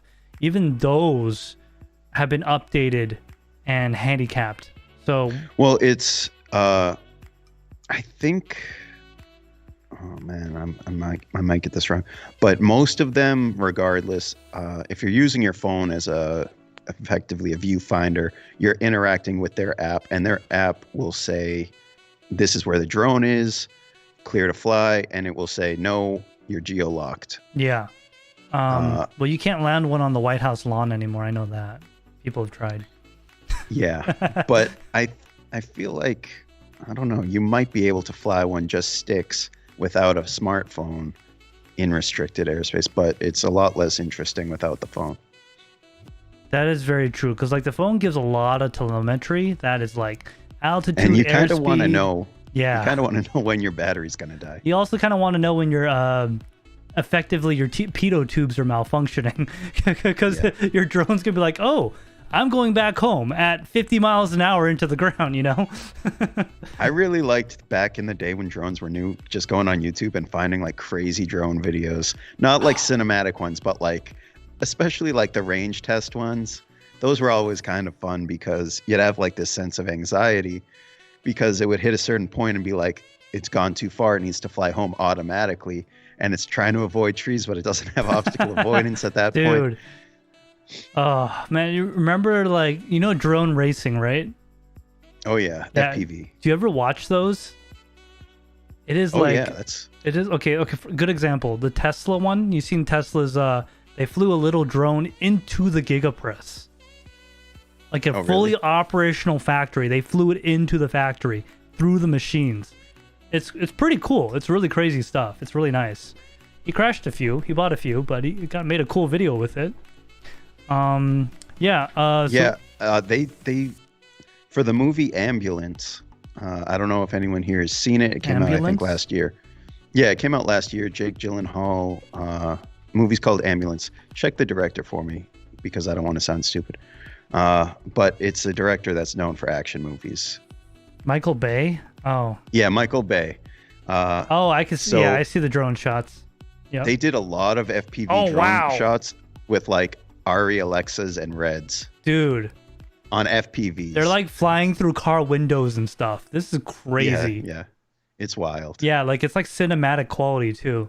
Man, I would be. Well, yeah, like I said, Ari Alexas and Reds. Flying a freaking $80,000 camera at like 50 miles an hour. Yeah. So Michael Bay or whoever was in charge of this essentially like seeked out the best FPV flyers for this film and was like, you got a job. And then they were like, you get like one chance because we're blowing this car up and you need to fly like right under it when we do it. It's actually pretty cool. I really can appreciate that kind of skill. Can you catch up on chat real quick?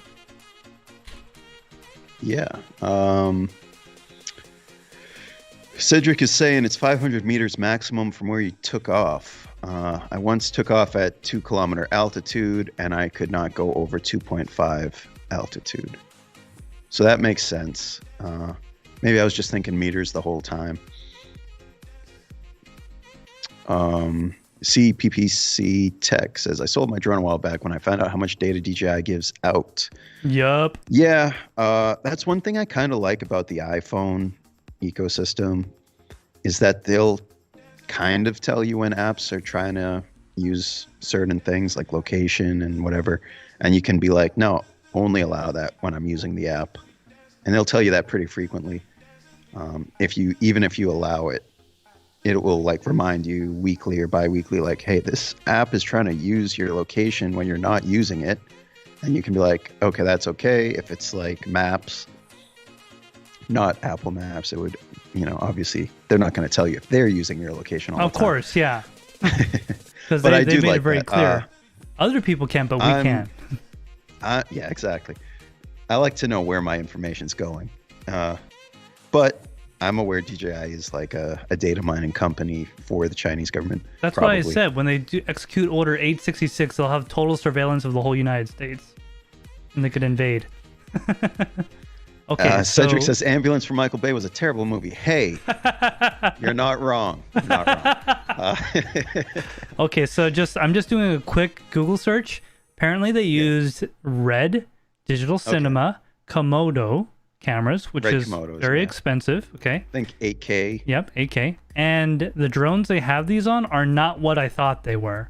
They're not small, but they are FPVs. So they're not that hexacopter like slope. No, these are like custom built carbon fiber, high performance dual rotor, like FPV style drones. Like these things are it's like an FPV that fits in your hand scaled. Yeah, it's like an FPV that's about probably looks like from wing to wing because the guy is holding it. I'm assuming this is just a standard press go on the random white guy generator. It's about 3 feet, 4 feet from rotor point to rotor point. It's pretty cool stuff. But I'll have to watch the movie for the drone shots, even though it's a terrible movie. It's not a good movie, and that's probably why I haven't. It was a tough year last year finding good movies as new releases. There weren't that many. All the behind the scenes stuff shows everyone wearing a mask, so it must have been like the height of pandemic. And I don't really know how big the budget was, but it seems like they spent it all on special, practical effects. And then that was it. They weren't too worried about script, story. What story? They weren't worried about that. They weren't worried about rehearsals. They were just like, let's shoot it all in one day. No, I don't know, but I agree. It wasn't a great movie. Yep. But I do kind of appreciate that they used FPV drones because I don't know if any other movie has done it before. Not FPV. They've used a lot of drones and helicopters, but not FPV. Not that I'm aware of. Yeah, it was a unique take. Okay, so I think we're pretty much caught up on chat. Yeah, we're all caught up. We're caught up on our.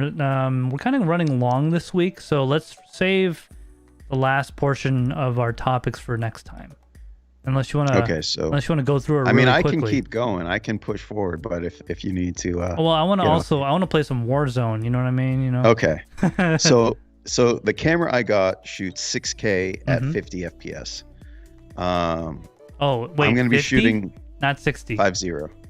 Right. There's no there's no like what's it called, European setting for that 50 hertz. No, it's not because it's PAL or NTSC. It's because it takes a certain amount of time for the sensor to read out, and you can literally only do that 50 times in a second. Okay. You know, I was talking about rolling shutter. Yeah. So 100 milliseconds in a second, right? Yeah. So the sensor readout is 20 milliseconds. 20 milliseconds. So I don't know if I'm doing the math right. Yeah, 1,000 milliseconds in a second. And if it's 20 milliseconds to do one scan of the sensor, you can only do 50 in 1 second, right? Oh, okay. I understand now. Yep. So stepping it down to 5.7K, it shoots 60. Okay, nice. Which is what I'm going to end up doing. Yeah, I would recommend that more, actually. Yeah, I'm going to shoot pretty much everything 60. It's a lot more flexibility if I want to slow it down, cut it in half, or cut it 2.5 to 24 frames per second. Can it do 4K 120? Slow motion is not the focus, unfortunately. It shoots 4K 60. It shoots everything 60 except 1080. What can it do 1080? And it's 120. Oh, that's pretty poor. It's my NX1 from 2015. 1080 120. Yeah. Which was good at the time. Actually, let me correct it. 1080. It shoots 240. Yeah. This is not a slow motion focus camera. 120 is the max, but it can do 2.8K at 120. Oh, okay, that's pretty. That's okay. It's a little Yeah. better. I probably won't use that feature just because. I don't know. I think 60 is pretty good, but if I start using 60 timelines, I might want that higher frame rate for separation. Do you know that camera that does 1 million frames per second? Okay. So it's not it's not a camera in the sense that we think. It's like a machine with lasers, but it does 1 million frames per second, and it's so fast it can see light moving. You need one of those. I don't really shoot slow motion. It actually has a high frame rate button. I don't know if any of that's Does it really? Yeah, I can kind of see it. there. Yeah, FHR, yeah. And that's just toggling between if you're shooting like 24 frames per second, you could program that button to toggle 60. Okay, nice. Oh, so you can it's that quick. That's pretty cool. It's that quick. Yeah. Okay. So beyond that, you want to just run through what we've bought quickly? Yeah, let's just go over that quickly. Oh, by the way, 13 stops at dynamic range. I got 14 and a half or something, so mine's better. It's just not. Dude, mine's better in every aspect except like all the things that matter. Well, I really wanted 6K because I can punch in like 30%. No, to like 4K. It's a great camera for like A-roll, in my opinion. What, this? Yeah, because like you need like a camera operator if you can do anything dynamic that. That's going to be the challenge of me making this usable as a single person situation. Yeah, that's the reason why I personally wouldn't. So if I was you, I don't know, man. I'd probably get like. Price point was in line with an FX30. How much was it? It's a $2,000 camera. Yeah, dude, I would probably still go with like. FX30. No, FX30 is not really your jam. Probably okay. What about the? Doesn't Canon make that R5? Oh no, those are really expensive. Actually, never mind. And an R6. Yeah, no, that's the thing. This is cheap for what it is. Yeah, but okay, so you're saving almost half the cost, right? Versus like something with good autofocus. Probably. Can you? Okay, let's just make up a number. Let's say it's $4,000 for a camera with excellent autofocus, right? And you pay $2,000. Right. Will it cost you another 2,000 to add autofocus with LiDAR and all that? You know what I mean? The thing is, I'm not really focused on that. I think for a lot of stuff, I'm just going to open up the aperture, get less depth of field. And then when I want that shallow depth of field, I'll probably be operating the camera for like B-roll and stuff. Yeah. Okay. I'm not often going to be needing shallow depth of field to shoot myself. Yeah, that makes sense. Personally. Yeah. I mean, that's a personal choice. Some people want that. But if I'm totally fine with having a few feet depth of field rather than a few inches. Yeah. Well, some people want that like f0.9, and I'm just like, I guess. Dude, yeah, that was that a Nikon one? It's totally manual. Dude, like people were trying to use that, and like literally little bits of movement made things out of focus. The fixation says, "Did you get it for a price?" And I would say, yes, I got it for a price. Yes. I don't like paying retail for things. So I got this at a price at which I said, okay, this makes sense. I'll do it. Makes sense. Yeah. Oh, okay. So for example, today for those of you that are in my Discord, you would know what I'm talking about. Today I was taking photos of people using my 1.2, right? And even this, like I had to take a lot of shots because it's so shallow. I might focus on their nose instead of their eye or their chest or their chin, you know, it's that shallow, but I wanted that, you know, punch out for like portrait shots of like advertisements. And you were doing stuff. handheld? Handheld, yeah. Does the eye detection focus on the eye? So don't take this the wrong way. The people I were shooting was very dark-skinned, and we all know Sony's racist. It does not... You should never start a sentence with "don't take this the wrong way." No, it's just true. Say what you have to say and hope people don't. Look, okay, the eye auto detect doesn't work well on people with dark hair and dark skin. It just doesn't. Okay, I don't know what to tell you. It just does not. So these people had dark skin, so I had to basically drown them in light, right? And then kind of do the rapid fire and kind of lean in and out to hope one of those was good. Because it kept like at 1.2, it's like that much. It's like half an inch where the focal point is. Okay. Now, but in a perfect world, does the eye detection use the eye as a focus point and it won't focus on the nose? So it's really good because even people with glasses, it knows not to focus on glasses. Yeah, so people with like very dark skin, like from, you know, Africa, Jamaica, India, it doesn't work well. But if you're lighter, like people that are mixed race and stuff, or anything lighter See, my camera doesn't have that problem. At all? It doesn't really autofocus, so. Oh, okay, yeah, whatever. So, okay, when I use this camera... Hey, man, at least my company's not going to court for being racist. Well, I mean, when you feed it a data set of only a certain type of light-skinned Japanese people, guess what you get? Anyways, but yeah, it works excellent. Like, I've taken pictures of people. It's very good. That's one of the things that I was like, do I want this camera? Because Sony has excellent autofocus.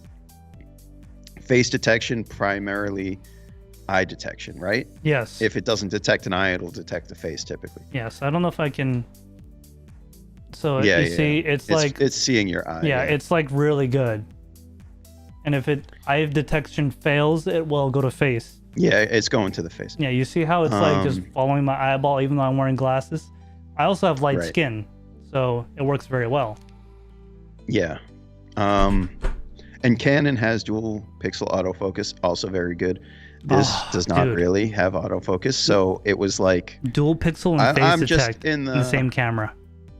I'm just like, let's give this a shot. Let's try it out. Okay. So, and this thing is kind of old technology. It uses LiDAR, laser, whatever. Okay, so it does use LiDAR. It's bouncing photons off of an object, sending it back. So it gets the depth very good. It just depends on what that object is going to be. So I'm going to have to really try it in different situations. And that only works when you're connected to the gimbal, which I will be like 99% of the time. You've seen what I've been setting up. So I'm a little my jelly. camera's I'm a basically little jelly. gonna live on the gimbal. I'm not putting the new $600 rangefinder out of the question because that one can be used without a gimbal. I just don't know if this is something I have. I'm going to try it first. If it works good enough, I'm going to say it's good enough. Getting on to lenses though. Yeah, actually, you want to just go into what we've been purchasing? Yeah, let's go into what we've been purchasing and wrap it up. Let's keep it under 2 hours. We got 11 people watching. Oh, we do? Oh, in that case, let's just keep on going. Yeah, so why don't you start off? Well, why don't we get some likes on this video, first of all? Yeah, guys, we got 11 people watching and only 12 likes. Which, I mean, I guess that makes sense. But let's get more than 12, bro. Let's get... Yeah. Tell your friends and family to get on here. Hit that like button. Okay. In terms of stuff I've been ordering, there's obviously been some things related to this camera. You know, you kind of don't just buy a camera. You have to buy some things to go with it. Dude, I hate it. I hate how you buy a camera and you spend more than the camera on stuff. I mean, I was thinking of getting a camcorder. I had talked to you about getting a camcorder. Dude, I remember that. I sent you that image. Yeah. Like, hey, I sent you a link to an amazing camcorder. And honestly, it's pretty cool if you're on a skateboard following someone. I don't know if I am opposed to the idea yet. Obviously, I don't even remember, XF605 by Canon, which has dual pixel autofocus built in, shoots 4K 60. It's a nice camcorder. But I ended up with the Pocket Cinema Camera 6K G2, which is kind of a long name. But yeah, some things that I bought for it. I got a cage, a small rig cage, which... Small rig's nice. Small rig's fine. I got one on this And one thing I like about this camera is that it has 2 1/4-20s on the bottom. Ooh, so you're not going to get that's very nice. The camera slipping and sliding, which is really nice if you've ever run into that issue on a tripod plate or when something. it like freaking twists and stuff. So yeah, it's with so the annoying. Small rig cage, this gives me plenty of mounting options on the bottom as well. Yeah, so I'm not looking for protection. I needed more mounting points. So like I said, I'm going to be running that CFast to SSD adapter. That's going to mount to the cage. I'm going to be... What's up? Damn it. Uh-oh. Okay, so you know there's this spot right here? And see how there's indented magnets? Oh no, you lost your Allen key. It's not an Allen key. It's like a weird special flathead and Allen key combo. Oh man, dude, that's gonna cost me like $10. It's gonna cost you like $10.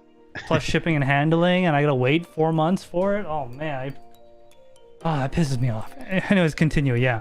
Yeah, so I got the cage for mounting points, blah, blah, blah. I also got that CFast to SSD device, which is going to allow me to run SATA SSDs. And I got that SATA SSD, that 1 terabyte Samsung 870 EVO. So yeah, the bill's going up. But that's also the same SSD I like to run in my Ninja 5. So I like having those on hand anyway. They're kind of interchangeable for any of the recording devices, whether it's this camera or the Ninja. I'm running the same media. Dude, the Ninja V is an amazing device, isn't it? I love that thing. I like it. If it recorded 6K, I'd run it from this camera. The Plus or whatever does 8K, I think. The 5 Plus. Yeah, but it's 8K. Also $1,200. Yeah, I don't particularly need it. And since the NX1, best case scenario, pushes 422 8-bit through HDMI, the Ninja 5 is still overkill for that. Yeah, for sure. It's a good combination though. One thing that's nice about this Blackmagic is it has false color built in. Oh, okay, nice. So it does have some like monitor features. Yeah. Which is really nice. Does it have LUTs? Oh yeah, you can apply LUTs. Okay. You can bake it into the file or just for monitoring. I would do it for monitoring, obviously. Yeah. Obviously. Anyone that if I'm shooting raw, man, I don't need to bake anything. Yeah, anyone that bakes anything into a file without like making it ready to go for like giving a client on site is just, it's dumb. Like, why would you do that? Well, this thing, it would be nice. This doesn't do dual recording of any sort.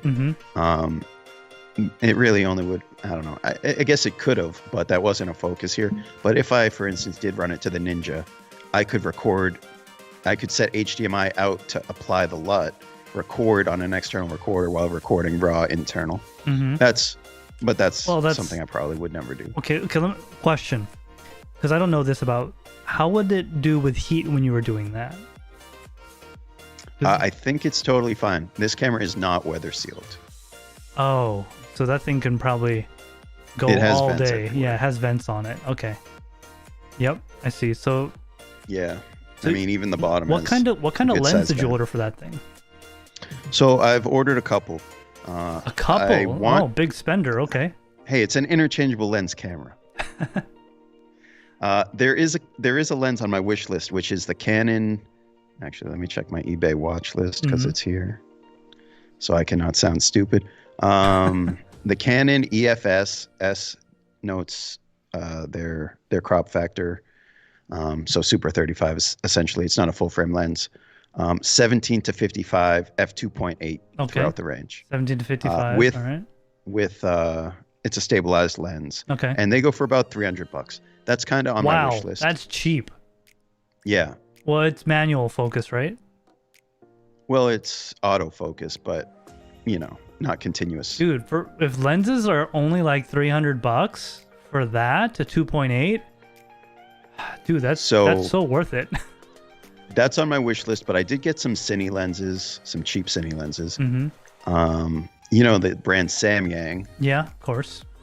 Which it sounds weird because it's not like a camera company. It sounds like if no one knew anything about cameras, they'd be like, what is that brand? What is that nonsense brand? But Samyang is the company that makes all the Rokinon lenses, actually. Yep. I mean, as long as you don't need to point at anything white, you're good. So I got their newest line of Cine lenses. Okay. Well, I got a couple. I didn't know Samyang made Cine lenses. Yeah. That's like a Goodwill branded Cine lens. Yeah, it kind of is. This is their newest one. It came out like 2 years ago. It is a 35mm t1.5. And it is their Mark II Cine lens, which means they added an extra element so that it has better bokeh. Sorry, Soul7 posted something in chat.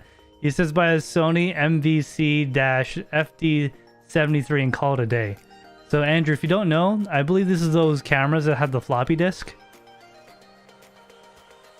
I don't know. It's a 0.3 megapixel floppy disk. MVC? Dude, it's only... FD must be floppy disk. Yeah, it's the cameras back in the day where it's a floppy disk, where after you took a picture, you gotta wait.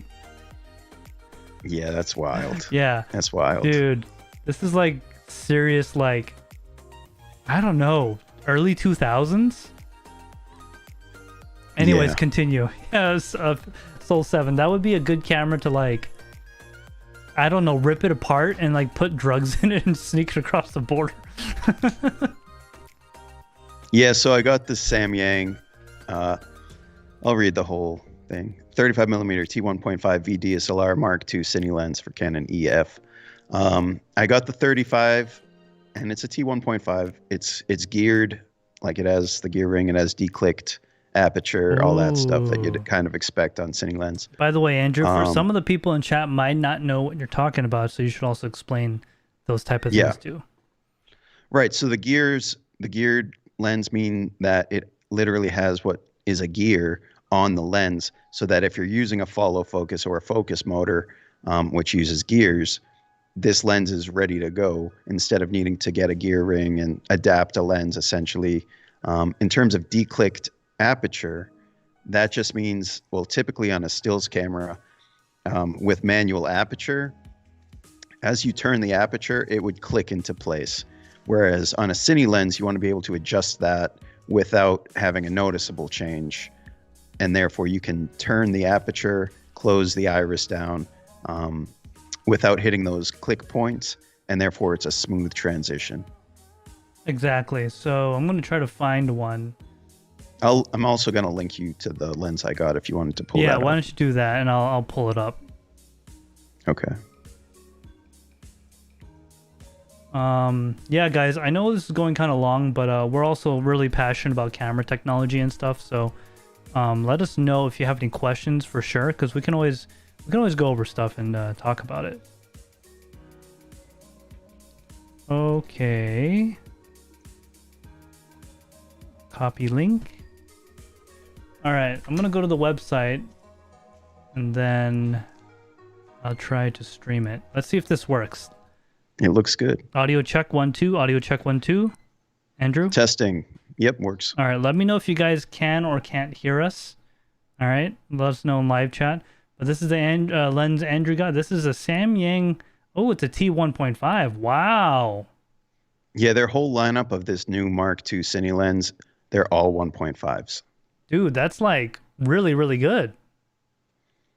And I also got the 85. So for those of you that don't know a T, it's kind of like your f-stop, but so the f-stop of a lens is transition back to us for a second. The f-stop of a lens is actually calculated using the aperture and lens sensor or something weird like that. It's actually not the most accurate way to represent light. Yeah. The t-stop is actually a true measurement of light coming through the lens. Okay. Right. And that tech is a way more accurate system. So if I recall correctly, the lower the t-stop number, the better, just like an f-stop, right? It's almost going to be the same in most situations. Yeah. Like a T1.5 is often what they would equate to an f1.4.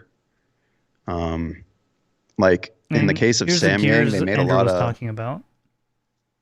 In the case of Samyang, they made a lot of stills lenses, manual lenses. Like if they had an 85 1.4 f, f1.4, and then they made a cine lens of it, they'd call it an 85 T1.5 in a lot of cases. So they're extremely similar, the number, but the T is more accurate. Yes, exactly. It's a true representation of light going through the lens versus just taking an aperture and a sensor size and calling it a day. Yeah, it's like there's a calculation for f-stop, and it ends up being pretty close, but it is kind of an estimate. Yeah. Whereas the T is like actual, how much light. Let me catch up on chat real quick. New England Crypto says TekShinji banned. LOL, say no to drugs. Fixation says demonetized. Efren says demons. Whoa. Oops. Fixation 500 says Mountain Dew diet pills. What? What? What does that even? Mountain Dew diet pills and diet pills. That sounds like a bad combination. Andrew, so yeah, that's the lens you got for that thing. That's pretty nice. 600. I got that. $649. I didn't pay that. I'm sorry, I didn't pay that. What'd you get it for price?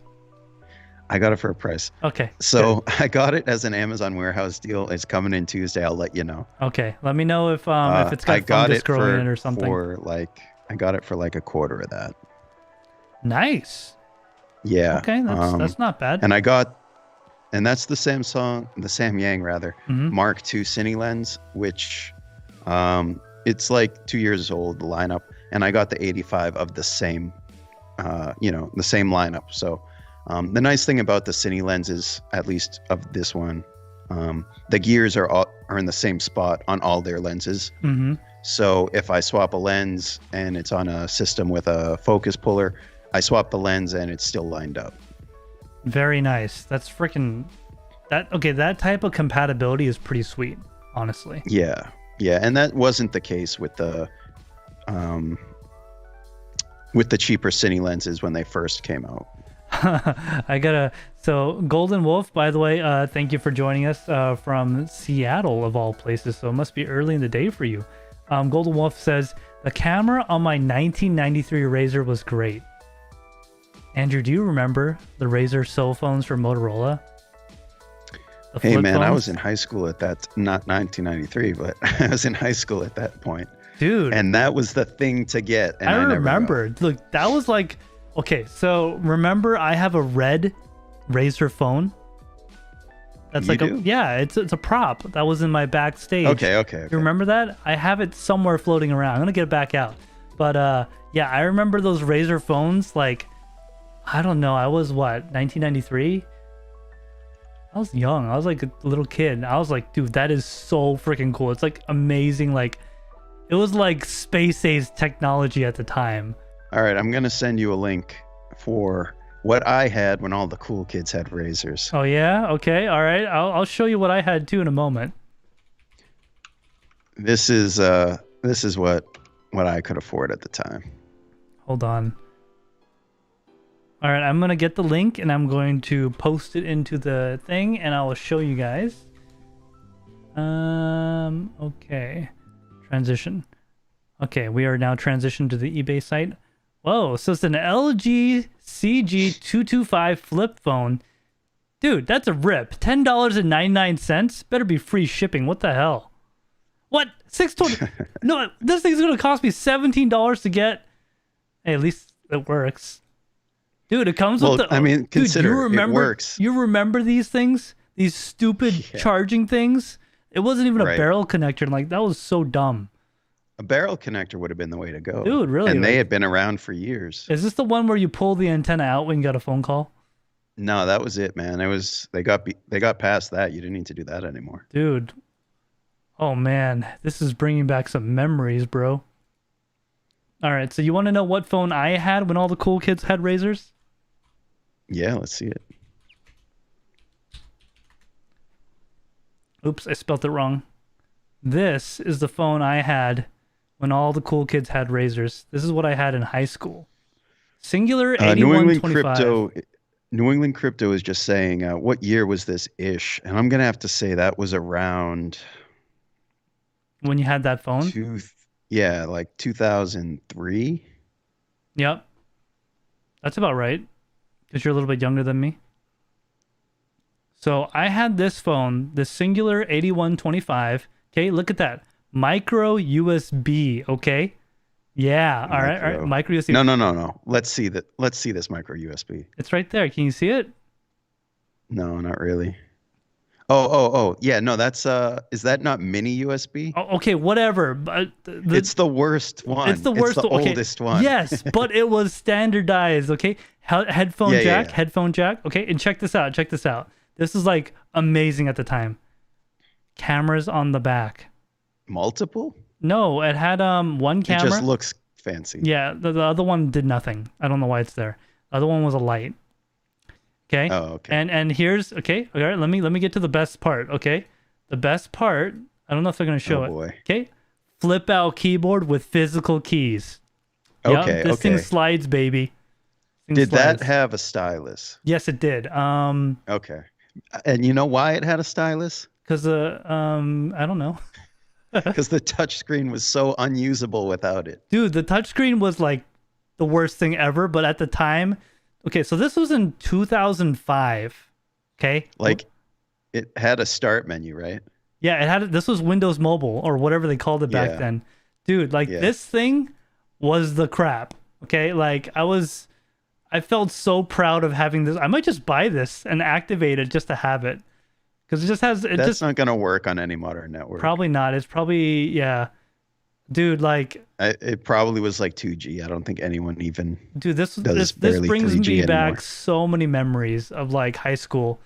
Because I remember the specific instance where I was getting a phone call, but I was on the wheel to make clay. And I kind of miss the days when something like that was great. Dude, it was like people like... I remember my buddy coming over and getting the phone out of my holster, because, you know, that's what we had back then, to answer the call from me. He's like, dude, what is this? Because remember, the iPhone didn't come out yet, okay? I know. Listen. Yeah? That's what I miss. There's no new tech that comes out where you're like, whoa, look at this, man. No. It doesn't exist. No. I think the most newest, amazing, like, whoa, what is this? Is like a folding phone. Maybe. But I'm not really impressed by that personally. I'm not either. Oh, hold on. Let's take a look at chat real quick. Let's see. Oh, Soul7's got to go. Hey, take care, buddy. Super lag because everyone started calling home, strange things. Yep. Hey, Soul7, thanks for joining. I know this has been a really long stream, so have a great night, man. Take care. Yeah, really appreciate it, man. Yeah, thank you for coming by. New England Crypto says, what year was this? The episode was weird. Mini first... 1.3 megapixel. Wow. Yeah, that's so funny. That's so weird though, because like when we transitioned from film to digital cameras, they sucked. Dude, they were like... was way better. It was. I remember reading an article that was saying 3.1 megapixels was like film quality. Back in like 2008 or something. I know. Yeah, if you were trying to compare it to a disposable camera. Yeah. Like it was like 3.1 megapixels is all you need to be comparable to film. Blah blah blah. It's like, a print on a 4x6. Oh man. Oh dude, like it brings back memories. It really does. And that era was kind of the beginning of tech reviews too, because people didn't really talk about that stuff other than to each other. I mean, there was like Consumer Reports, and that was like it. That was it. I mean, they yeah, Consumer Reports. Are they still a thing? Yeah, I'm pretty sure. Oh man. I actually used to like their automotive issues, where they would show like years. They'd show like the last few years and like different aspects of a vehicle, and they'd have little circles. And if the circle was red, it was really good. If it was half red, it was pretty good. If it was white, it was okay. If it was black, it was bad. Yeah, I remember that. It was like reliability and stuff. That was actually kind of useful because you didn't have any other resources. Wow, someone is selling one of the Singular 8125s for $400 on eBay. That's wild. It's in British pounds too. What the hell is up with you Brits? Anyways, I'm gonna stop looking at this. I'm getting distracted. Okay. Yeah. So have you bought anything interesting? Yes, actually. So I'm gonna go through my buy list. Yeah, I've pretty much covered everything of mine. So let's see. Morning. I did today order just a UV filter, 77 millimeter. And that's something we can talk about. Is like, man, UV filters. I thought they were all like $5. Nope. But they get expensive, man. They have like $70 UV filters. So you want to know something? What do you got? You don't run one? I don't have a UV filter on here. That's what happens when you have insurance. Is you're like, no, I don't there's need a UV filter. There's still something on there. You see that? You got a clear? Is that a clear? This is not just any clear. All right, here we go. The suspense is building. I can't see it, but I'm sure they can because I'm looking at a smaller window. WR ceramic protector. Okay. Okay. So basically, it's made in Japan by Sigma. Okay. No wonder this part failed, Marty. It says made in Japan. What? The best stuff comes from Japan. Anyways, so this thing is amazing. Like, the glass is glass. It is, but it's like, it's got a little bit of bounce to it. It's weird. Okay. Yeah. It's saved my lens many times, but they cost $100-something. Oof. Yeah, for a freaking clear filter that does nothing. Oh, it's made by Sigma. Oh. The Sigma, and it's genuine from Japan. I had one that, okay, remember that one that had a pit in it? Usually, I don't. Okay, well, I have a filter that I took off because I freaking dropped it on the ground. Actually, I do vaguely remember. Yeah, it has it looks like you like poked a hole into the glass, like a divot. Right. Regular glass doesn't do that; it would just shatter, right? Sure. So I sold that, broken and all that, like it's bent, right, for $24 on eBay. Yeah. Because they're so desirable. Just putting that out there. That's crazy. But yeah, filters are expensive. They're not cheap anymore. I'll just go over what I bought recently, and we'll go ahead and kind of. All right, so guys, wrap this up. I have an iPhone. I have an Apple Watch. I don't have it next to me. I have AirPods. Okay. What is the next logical step? What do you think it is? Oh, did you get a MacBook?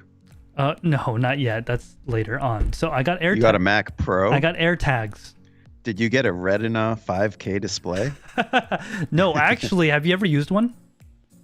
No. It's nice, but not. Okay, but everyone says get the nice. LG. Yeah, like I wouldn't. No, okay, you know, there's a company that makes the same panel.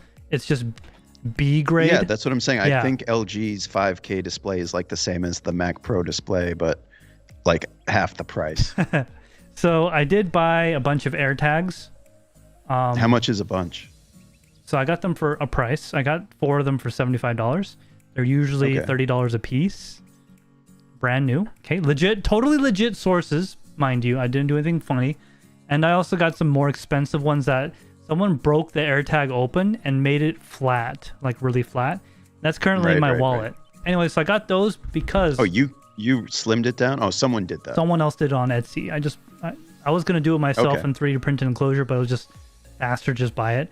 It was only like $20 premium on top of the AirTag. Yeah. $20. And dude, I don't know why Apple doesn't ship any like that. Yeah, they don't make a credit card... That's why I'm holding off. Like not Square. Yeah, a thing that's basically the size of a quarter, and that's like... Someone help me out in chat, or you... What's that other company that makes these things? Tile, yeah. Tile.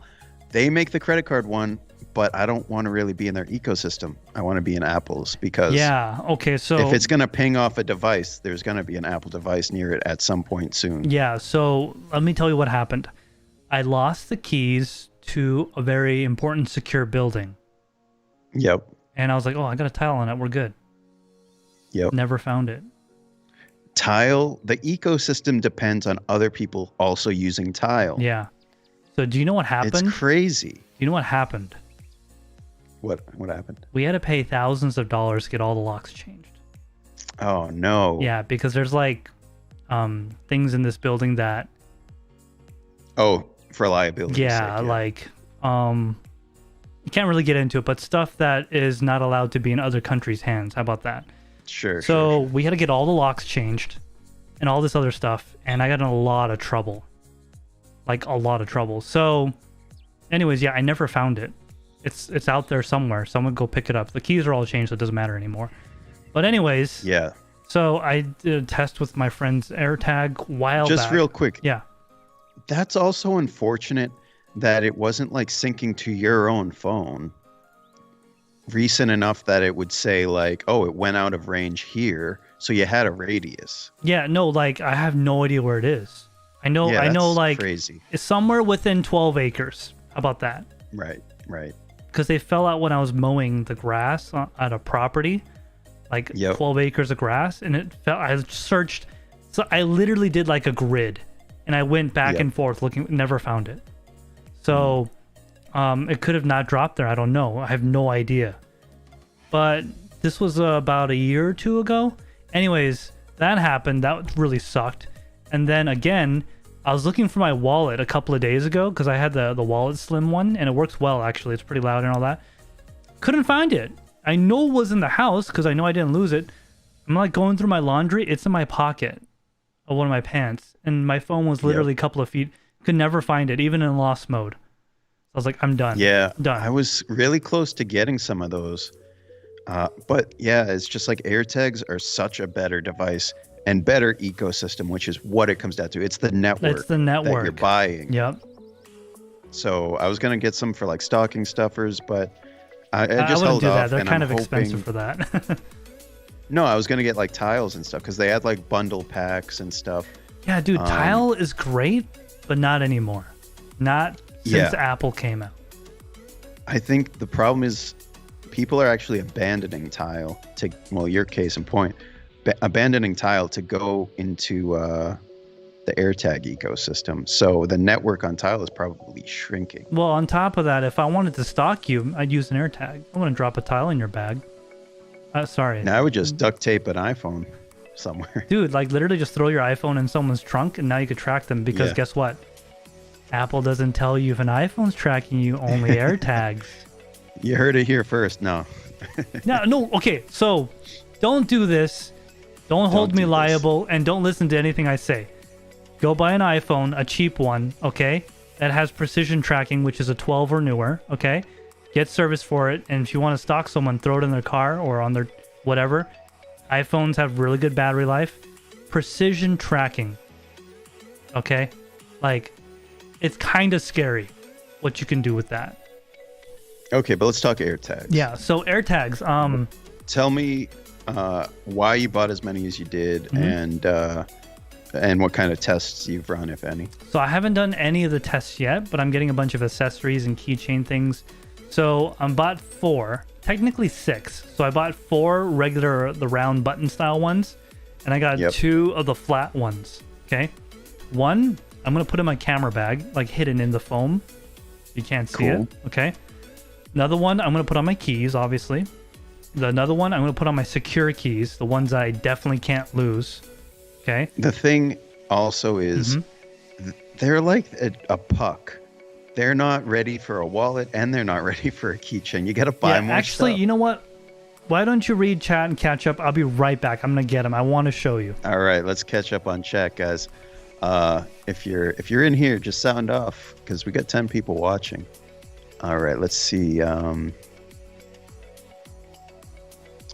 Let's see, just finding where we left off here. New England Crypto says, I want to go back to having a beeper and needing to find a payphone. Man, those were the days. Remember calling collect?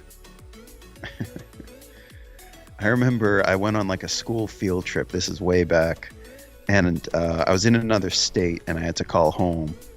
And I didn't have any money, so I called collect. But the operator was like, you can't call this number collect because my parents had turned off that ability to have them pay for a call coming in. 1-800-collect or something? It was just you talk to the operator and you say, I want to make a collect call.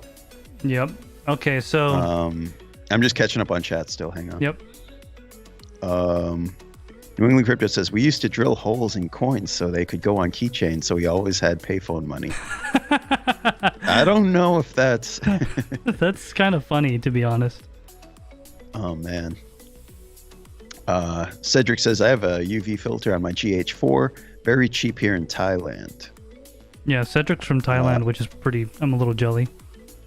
Yeah, I got some Hoya UV filters, and they're made in the Philippines.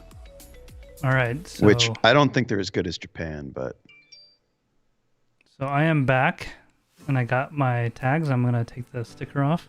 All right, so this... New England Crypto says, do you remember calling 411? Yes, I remember. To find out where you need to dig in the ground. That's just great. Yeah. All right, so this is an AirTag. This is brand new. Wow, shiny. Yeah, well, this is like the first gen iPod. It's basically the same design. And of course, you can get a marking on it, and I chose to get... Oh, it's probably not going to expose right, but it's a marking of a... Oh, you got it painted bright white? I got a marking of a chicken on it. Oh. I named my tags all after animals that are very different from one another. Anyways, yeah, so that's... So this is what it looks like. This is the thickness. Okay? You can't really put that in your wallet, man. But... It's like 10 credit cards. Yep, it's literally like 10 credit cards, okay? So this is an AirTag as well. But, as you can see, someone broke it open, took the electronics out, and put them to one side. The actual AirTag electronics are on one side. Yep. See? And then the battery goes on the other, which I don't have a battery in here yet. So this is... What do they take, CR2032s? Actually... I know it's some cell type battery. 20. Like that, it's a 20. It's a 2032. Okay. Yep. That's good. Pretty universal. Yep. So let me put this back, actually. So anyways... And it's also nice because a lot of those tiles are not replaceable batteries. They'll last for a couple of years and then you got to get new ones. The new tiles are almost all of them are replaceable except the really tiny ones. So here's the thickness comparison with the one on Etsy I bought. Yep, it's like half. Yeah, it's like half. Like half the thickness. Now, yeah, I should have gotten the tile credit card. Now the tile credit card is half of this. Yeah, tile credit card's probably like 2 or 3 cards. Yeah, it's like 2 or 3 cards actually. This is like almost like 4 cards thick. Yeah, probably 5. Yeah, which is fine. Well, yeah, I mean it's fine, but like, I just don't. It's not fine if you're one of those people that keeps every card in your wallet. Well, in that case, it doesn't matter. I guess in that case it doesn't matter. It matters less. Yeah. You could stick one of these in there, you won't even know. More cards. Yeah. Yeah, actually, I don't know, man. I think it's weird that Apple just hasn't come out with that yet, though. I'm pretty sure they will one day, but like, they really don't need to. They don't need to, but it's like, why are we... It's been this amount of time since the AirTags have come out. It's like, why didn't they just come out with one in the meantime? But maybe the next iteration. Well, how many people? But that could be years away. How many people? How much sales do you think Apple would get if they made an AirTag that was like in this shape but half the thickness? Right. See, here's the thing. Like that's disposable. I think okay, I don't think that's the way to go. But Well, I mean, you can't 2032, really make these thin without being disposable, in my opinion. I think you can, because 2032 you could replace with a 2016. Oh yeah, and cut that's the only battery life 1.6. essentially in half. That's 1.6. But- You use two of them, then it'll be the oh same yeah, you amount. could use two of them. Yeah, but it'll hey, still man, be you 1. just figured out the problem. I'm pretty sure there's like a YouTube video or someone that's already done this. I'm sure of it. There's no way we just figured this out. Yeah, or just put a lightning connector on the edge. Oh my god, that'll be make it like a 1/4 inch thick. Hey, okay. How about inductive charging? I think they're going wireless charging on everything, so that would actually make a lot of sense. But I think if they came out with that credit card style tracker,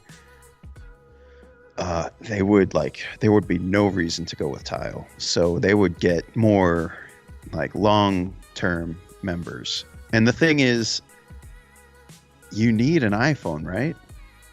To use the AirTags? AirTag, yeah.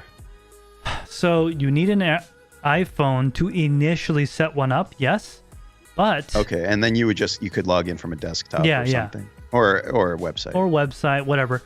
But you do not need an iPhone to track one or to be notified you're being tracked. They have an Android app.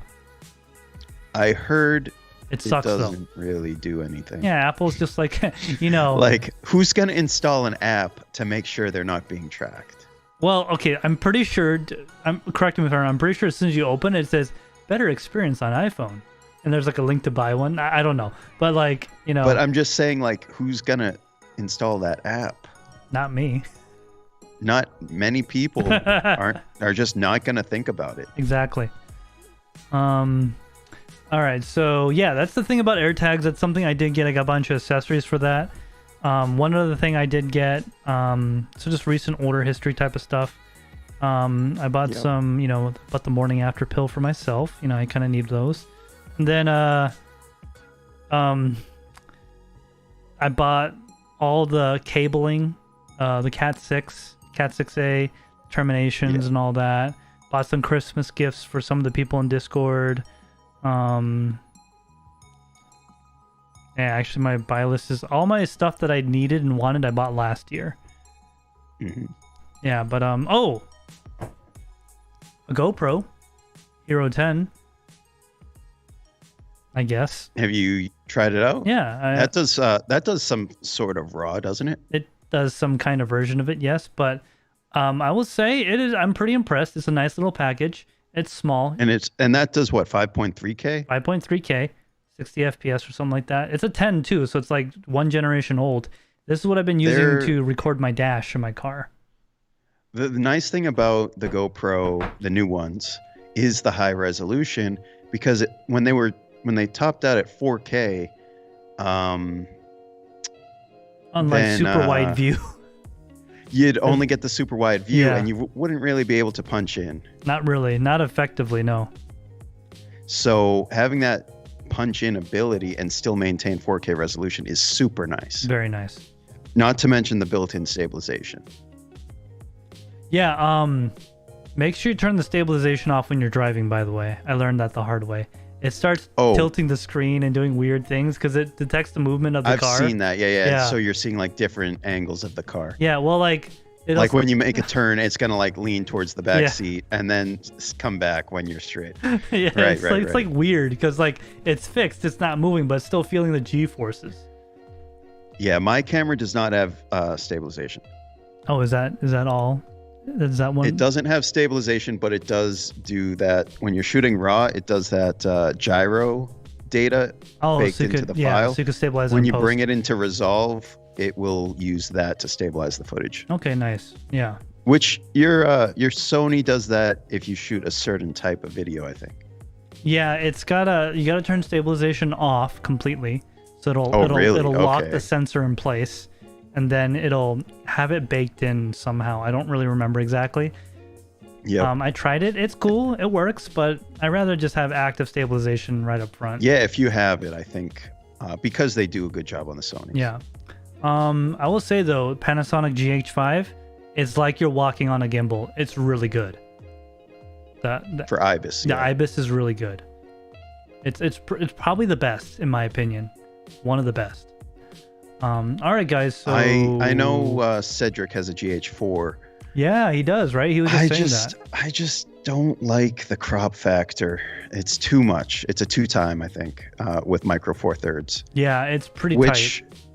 It allows you to use a really small lens, which is nice, but it's tougher to find a lens for wide angle when you have a 2x crop factor. Mm-hmm. So like, if you want a 14 millimeter shot, you need a 7 millimeter lens. Yeah.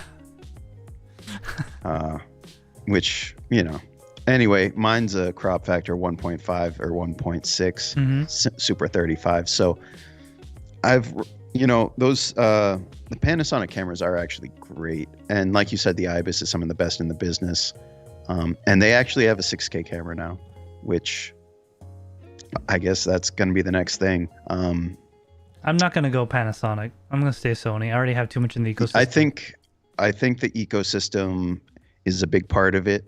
And I think you've been happy with Sony's regardless of the ecosystem. So yeah, I mean, you're familiar with them and you've liked them.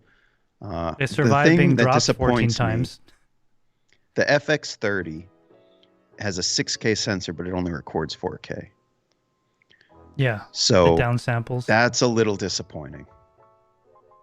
Hey, who knows? Otherwise, there might be a firmware FX30 is say again? Who knows? There might be a firmware update. I don't think it's got the processing power without overheating. Probably. I think that's the issue. Well, no. The FX series have like active cooling, so why not then? Yeah. Why give a 6K sensor? Guess what? NX1 6K sensor, 4K video. No active cooling needed. 29-minute videos. Yeah. That they did overheat at some point. But yeah, no. I think. Do you have a Dream camera right now? Or? Oh yeah. FX6. FX9. No, the FX9 is okay. When you get to, okay, so the Dream camera, like money's no object, or like a practical Dream camera. Let's say if money was no object, but still your use case to replace your current camera. Okay, honestly, probably be like 4 FX3s. But that changes your use case. What do you mean?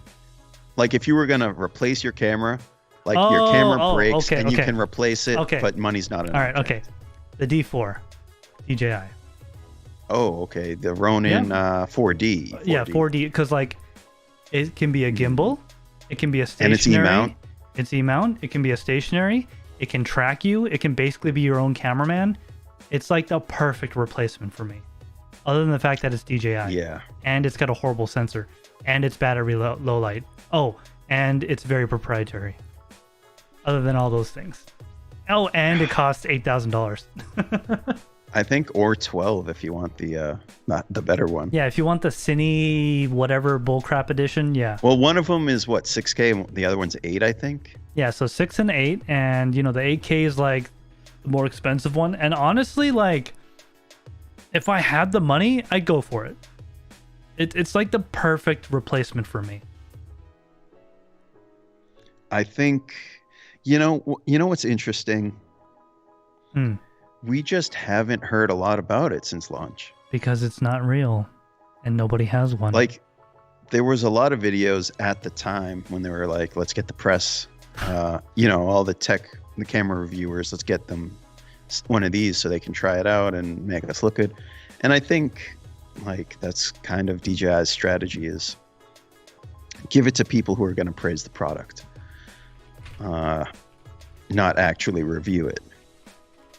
Well, on top of that, so I think the reason why we haven't heard about it is because it doesn't work very well. I mean, I don't know if that's the case, but if I get a new gimbal, like I just got a new used gimbal, but if I actually upgrade to a new gimbal, it's got to have Z-axis stabilization. Dude, Z-axis is like, I don't know why anyone does not do it. Like, why isn't it like more standardized? Why doesn't everyone have Z-axis by now, you know? I will probably expect it on the RS4. Dude, even like 2 inches of travel would make a world of difference. Because no matter how steady you are walking, you get up and down. You get up and down, and it just looks like an amateur did it. You know what I mean? Like, it just looks horrible. I know, and DJI has the tech, but maybe they're just trying to keep it professional or like in their $8,000 stuff instead of their $800 stuff. Yeah, true that. I mean, like I think it would be worth paying double for a gimbal, but you know, like if their RS3 Pro is 800, 1600, okay, I get it. It's more of like a pro gimbal. yeah, with Z-axis and probably more payload, more powerful motors, whatever. Yeah. You ever drop a camera on a gimbal? Like drop the whole thing? Yeah. No. It's kind of scary because as soon as you let go, the gimbal freaks out and starts moving around. And then as it's like that movie with the robot when they like just random people in the city just destroy it. What's that movie? Oh man, I'm looking it up. Someone in chat will know. That movie with the robot that random people just destroyed in the city. Short Circuit. Oh, from a while back. Like an old movie. Yeah. Johnny Five is alive. Yeah, that's what the gimbal does. No disassemble. No disassemble. Oh, dude, that brings back memories. Yeah.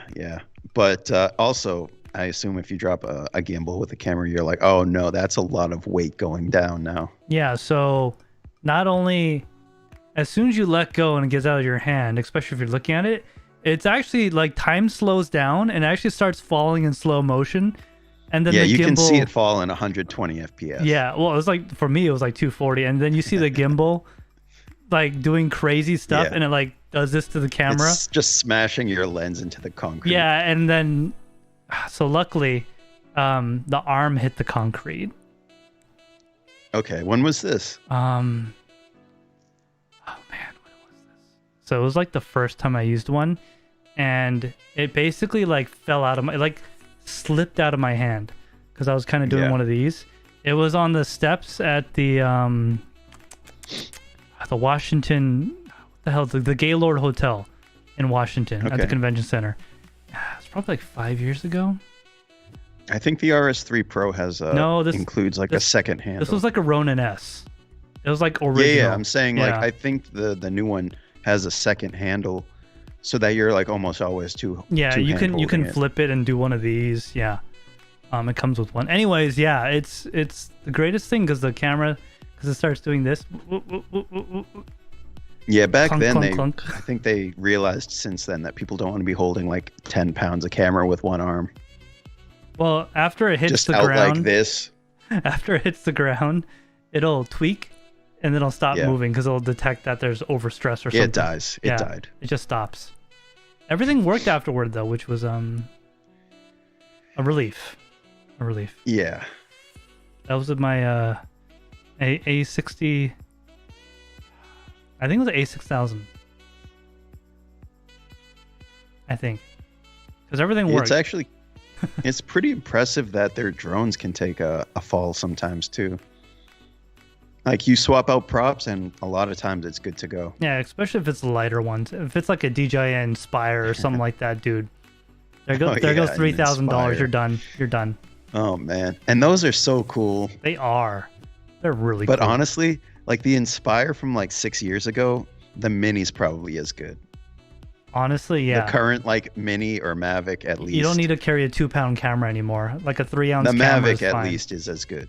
I would love to get the Maverick Pro Cine edition because I think that'd be a good drone to just like keep for like the next several years. The thing is, the thing where I'm like, first of all, I've had a drone years ago as a novelty. I didn't use it professionally. Mm-hmm. Now you kind of because I think they're. What's that? Now you kind of have to have one. Right. But the thing is, the rules keep changing, and who knows what the future holds for that. I think they've kind of figured it out, though. So if you want to professionally use it, you get your license, blah, blah, blah. Yeah, I mean, so I'm actually registered with the FFA? FAA? FAA. FAA. I'm actually registered because after that guy landed that DJI drone on the White House lawn, they like freaking passed that law in record time, like out of all things. And they made the first year of registrations free for life. I got in on that, so I still have my license somewhere. But then there's the other one you need for if you're making money. Yeah, with it. you gotta take a class or something and do certification. Which, you know. Yeah, which hopefully that's like, I hope that's it in terms of restriction. Well, like I hope that doesn't change to where they're like, okay, you need that and this. You need that, and then this. You got to go to the local police department. You got to get a background check. You got to register it. You got to wait 30 days to pick up your gun. I mean, your drone. Right. Yeah, I mean, I think it's going the way where a lot less people are going to get them as toys, which I think that's what they want. They want it to be people who are a little bit more responsible since their name is tied to it should anything happen. Yeah, like there's a lot of rules on marking and tracking, so if it crashes into something, they'll know who did it for sure. Right. We're getting kind of long. It's almost like 3 hours. Yeah. So let's I think we're pretty close to the end here. Yeah, let's read the final things in chat and go ahead and close this out. If anyone has any topics you want us to talk about for the next hour, just put it in chat. Otherwise, we're gonna end it soon. Yeah, we've been going a pretty good minute here. This was a good one, though. It was good. A lot to talk about yeah. I love talking about cameras and gears. So I mean, that's how I wanted these streams to be originally. Just two people just talking about cameras, talking shop. Not just cameras too. Good computers probably. So next week's stream might be a little different for you those that don't know. You'll see what I mean by a little different when it comes up. I haven't figured out what we're going to do yet. Let's take a look at chat real quick. Cedric says, yes, the crop sucks. I totally agree, but it was the best camera I could buy at the time. Yes, I agree. It's not a bad camera. He's talking about the GH4. Okay. GH4. I had a GH1 or a GH. I think it was a GF1 and a GH2, which used the same sensor back in the day. And they were awesome because back then you couldn't really get a camera that took good video that was that size. You had to get a camcorder back then. Yeah. So I really do like the Panasonic GH series. That being said, their autofocus is about as good as mine. Burn. Yeah, it's rough. The continuous autofocus, it's almost like just treat it like a manual. Dude, Sony's autofocus, after you go, that's the reason why I don't want to switch off the platform, honestly. Their autofocus is so good. Canon might be as good, but Sony, definitely the best. I don't know, this Samsung was pretty good. Yeah, so Cedric says, my dream camera right now is the Panasonic GH5. Dude, that's your dream camera? Dude, that's like obtainable. Isn't there a GH6? Yeah, I was about to say, isn't there like a new one, dude? If you're gonna put a poster on your wall, it's got to be the best. Yeah, man. It's like me putting a poster up of like a Toyota Camry or something. He says, I have 12 FPV drones, including my FPV racing ones. Dude, I would really get into that, but it's just like, I actually kind of got into it, but after like 4 crashes and like 1 total rebuild, I just was like, I can't do this anymore. I'm a horrible pilot. I'm a believer you should only have so many hobbies. Yes, definitely. Because they start taking away from each other. Y2K Anonymous says, next time add a little ASMR.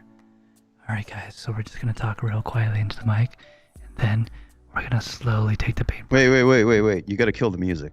Oh, yeah, hold on. Let me do that. All right, everyone, welcome to TekShinji. Today, we're going to take the bottle and just slowly crinkle it. Real nice. Crinkle. Whoa. I'm uncomfortable. That makes me uncomfortable, bro. Let's see. Jose Valles? Valise. Jose Valise. I don't know anything about cameras, but I do like watching your stuff. Oh, thanks, buddy. That really means a lot to me and Andrew. By the way, guys, Andrew here is from the channel Creating Space. What does he do? He goes to people's houses and throws all their crap away. He creates space. Yep. Wait, is that not what your channel? Hey man, it's open to interpretation right now. I'm still working on developing an identity on YouTube. So yeah. Oh no, Cedric, that's not what we meant, man. Come on, look at these rich guys. Look down on my camera dream choice. LOL. No, we're not saying we're looking down. I'm just not at all. Yeah, not at all. Like it's a great camera. We're just kind of we roast everyone. Yeah, so. like okay, so Andrew. And let's face it, a Camry is a great vehicle. Yes, like a Camry is much better than a Pinto, for example. Yeah, we're just saying like a dream camera is almost like what's something we would strive for, but never actually can't get. be able to afford. So, it's like the Lamborghini Countach poster. Yeah. It's really cool. You love to look at it and think about what it would be like to drive. But most people with that poster probably aren't going to get one. Nope. I would probably get like Ari Alexa. Yeah. On the Spear gimbal. I would get the Panavision 35 what? millimeter. No. Oh wait, no, 65 millimeter, right? What, IMAX? Whatever shoots IMAX. Okay, I actually know a lot about this. Do you actually know how that camera operates? I don't. Okay, know how it operates. have you ever been next to an IMAX camera when it's filming? Did we have someone in a Discord that had some relationship with those projectors? Maybe. Because I definitely talked to someone who like worked on IMAX projectors. Okay. I'm talking I don't about remember. I'm talking about the camera that films. Okay, no, I haven't. Okay. Let me tell you this. This is how you turn the camera on. First, there's a very powerful vacuum pump. Okay? And you have to like start like a lawnmower? Kinda. You have to almost wear hearing protection while this camera's operating. It uses vacuum to suck the film into the exact right spot on every exposure. And it's going, 24 times a second? So it literally sounds like a diesel truck, but mechanically clicky. Yep. It's very loud. It's very cumbersome. And that is your dream camera? That is my dream camera. And think about 65 millimeter film. I think it's 70 actually, right? Whatever. That size format, you need such big lenses to cover the film. It's just a huge thing. But it's mechanical, and I love technology and stuff like that. Even though that's like old school tech, it's still tech. It's like engineering. So, the newer version, so IMAX has made a digital version of the camera. Okay. And in correlation with Sony and stuff like that. So, for example, the newest, hottest trend in the cinema camera technology is a brain and sensor detachment. Okay. Yep. So now you have a cinema grade like Ari Alexa, like IMAX sensor in like a box. And you just plug it into like a desktop computer sized processor. Yeah, like a brain, and you just have this nice long flexible cable. And that has made movie making so much easier because it's like you don't need this giant thing. You don't need it to be an all-in-one. You don't need to be an all-in-one. You can just have the brain separate on a little gimbal or something. That in itself is a big compromise. It is. But anyways, the IMAX camera is amazing, but I feel like they are definitely dying because movie theaters that can support the native IMAX is like a dime a dozen. And it's very expensive. You need the people that know how to operate this stuff is going away, but the IMAX corporation is not going to disappear. That's for sure. Right. Fixation says you guys are still going. Yeah, we're actually wrapping it up now. We've been trying to wrap it up for the last 3 hours. Jose says you guys should talk about cars next. Oh yeah, we should definitely do that. Not this stream. We should time. do a whole stream just talking about cars and cameras. Just joking. Yeah, cars. And yeah, just cars. Hey, that should be the name of the podcast. Cars and cameras. That's basically what we talk about, right? That is basically what we talk about. Cedric says, but money is not my greatest strength. Also, keep in mind location matters when it comes to the latest high-tech stuff. Yeah. Aren't you in Thailand? Don't you get like first dibs on like the 4090 and the 5060 GPUs? I'm just joking. Yeah. They sell them at the local grocery store. Yeah, you just like walk into like your local grocery store. They're just like sitting there in like blister packaging. Yeah, they're next to the soup. They're next to the soup cans. They're like, like those things on the shelf. It's like a pole, and they're like in blister package. You just slide them off. And you walk down the snack aisle, and they have those coupon dispensers, and it's like save 10% on your NVIDIA GPU. Or better yet, you just go to the back of the store next to the peanuts. It's like a bunch of GT210s in a pile. You just kind of scoop them into a bag. Fixation says I fed all my kids to sleep. I hope you didn't feed him something that put him to sleep. Yeah, that's questionable. All right, guys. So looks like we got nothing else going on in chat, and this chat's going pretty long. I do want to play Let's some make Warzone, sure that so... we're the party does not stop when we sign off because, first of all, we both have YouTube channels. Get subscribed, but we're gonna probably carry this over into the Discord. Yeah, for sure. Creating Spaces channel is linked in the description, as is mine, if you're watching it on my channel, obviously. Creating Space actually has been a really big part of the TekShinji channel, and they are now going off and making some excellent content. They did a recent review about a computer build, a case. It was pretty cool. It was pretty nice. Good for the first. I've got a lot coming. It's just I was sick last week, so I slowed down, and I had a bunch of voiceovers to do, and it was not possible until recently. Yeah, you had to like clear up because your I voice, didn't want. I had like 4 videos shot, and I needed voiceover, and I was like, I can't shoot all of these sounding sick. Yeah, because then it'll be be like, have like 4 like... weeks worth of video. Exactly, 4 weeks worth of. Welcome back to the Creating Space channel. Yeah, it didn't sound good. All right, guys. And this is as good as I ever sound. So. Well, you sound pretty good right now. We've done a lot of work to make sure our audio sounds top notch, including minutes before the stream starts. And we stream in 4K if you didn't notice. Yes, we do stream in 4K. A lot of channels, including big channels, don't even do that. Yeah, we want the best for you guys. Only for you guys. We do all the work.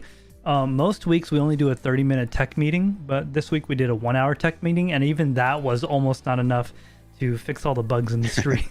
I don't even know what was going on, but we had some issues, but it worked out okay. It's funny. Actually. I don't think we had any glitches since going live, which is nice. Yeah, and Andrew, as you can see, I am on 5G with a bad signal, but I have failover. Oh, I didn't even get to that, but I'll talk about that next week or whatever. I think we're gonna go in the Discord. Link in the description, guys. Link in the description. So I hope we see some of you guys in the Discord because we're going there pretty shortly, if not right away. Yeah, and guys, if you haven't heard about our Discord, it's linked in the description, and it's a great community, a lot of great people in there. Talk about water cooling, cameras, and of course, we do talk about that weird crypto stuff every now and then. In fact, we got a whole channel for it. So we'll see you there, guys. Andrew, do you have anything else? No, I'm just last comments. Me with my 7-year-old 1080p monitor, and Jose Valise and my 780 Ti can't handle this 4K video. I love that kind of comment. Like when you have a 720p TV and you like stream 4K and you're like, wow, it looks so good. That's funny. That's funny. All right, guys. Have an awesome night. Yeah. Hope we see you. Well, remember, guys, we'll see you guys next week. Same bad time, same bad channel. Have a great night, everyone. Bye-bye.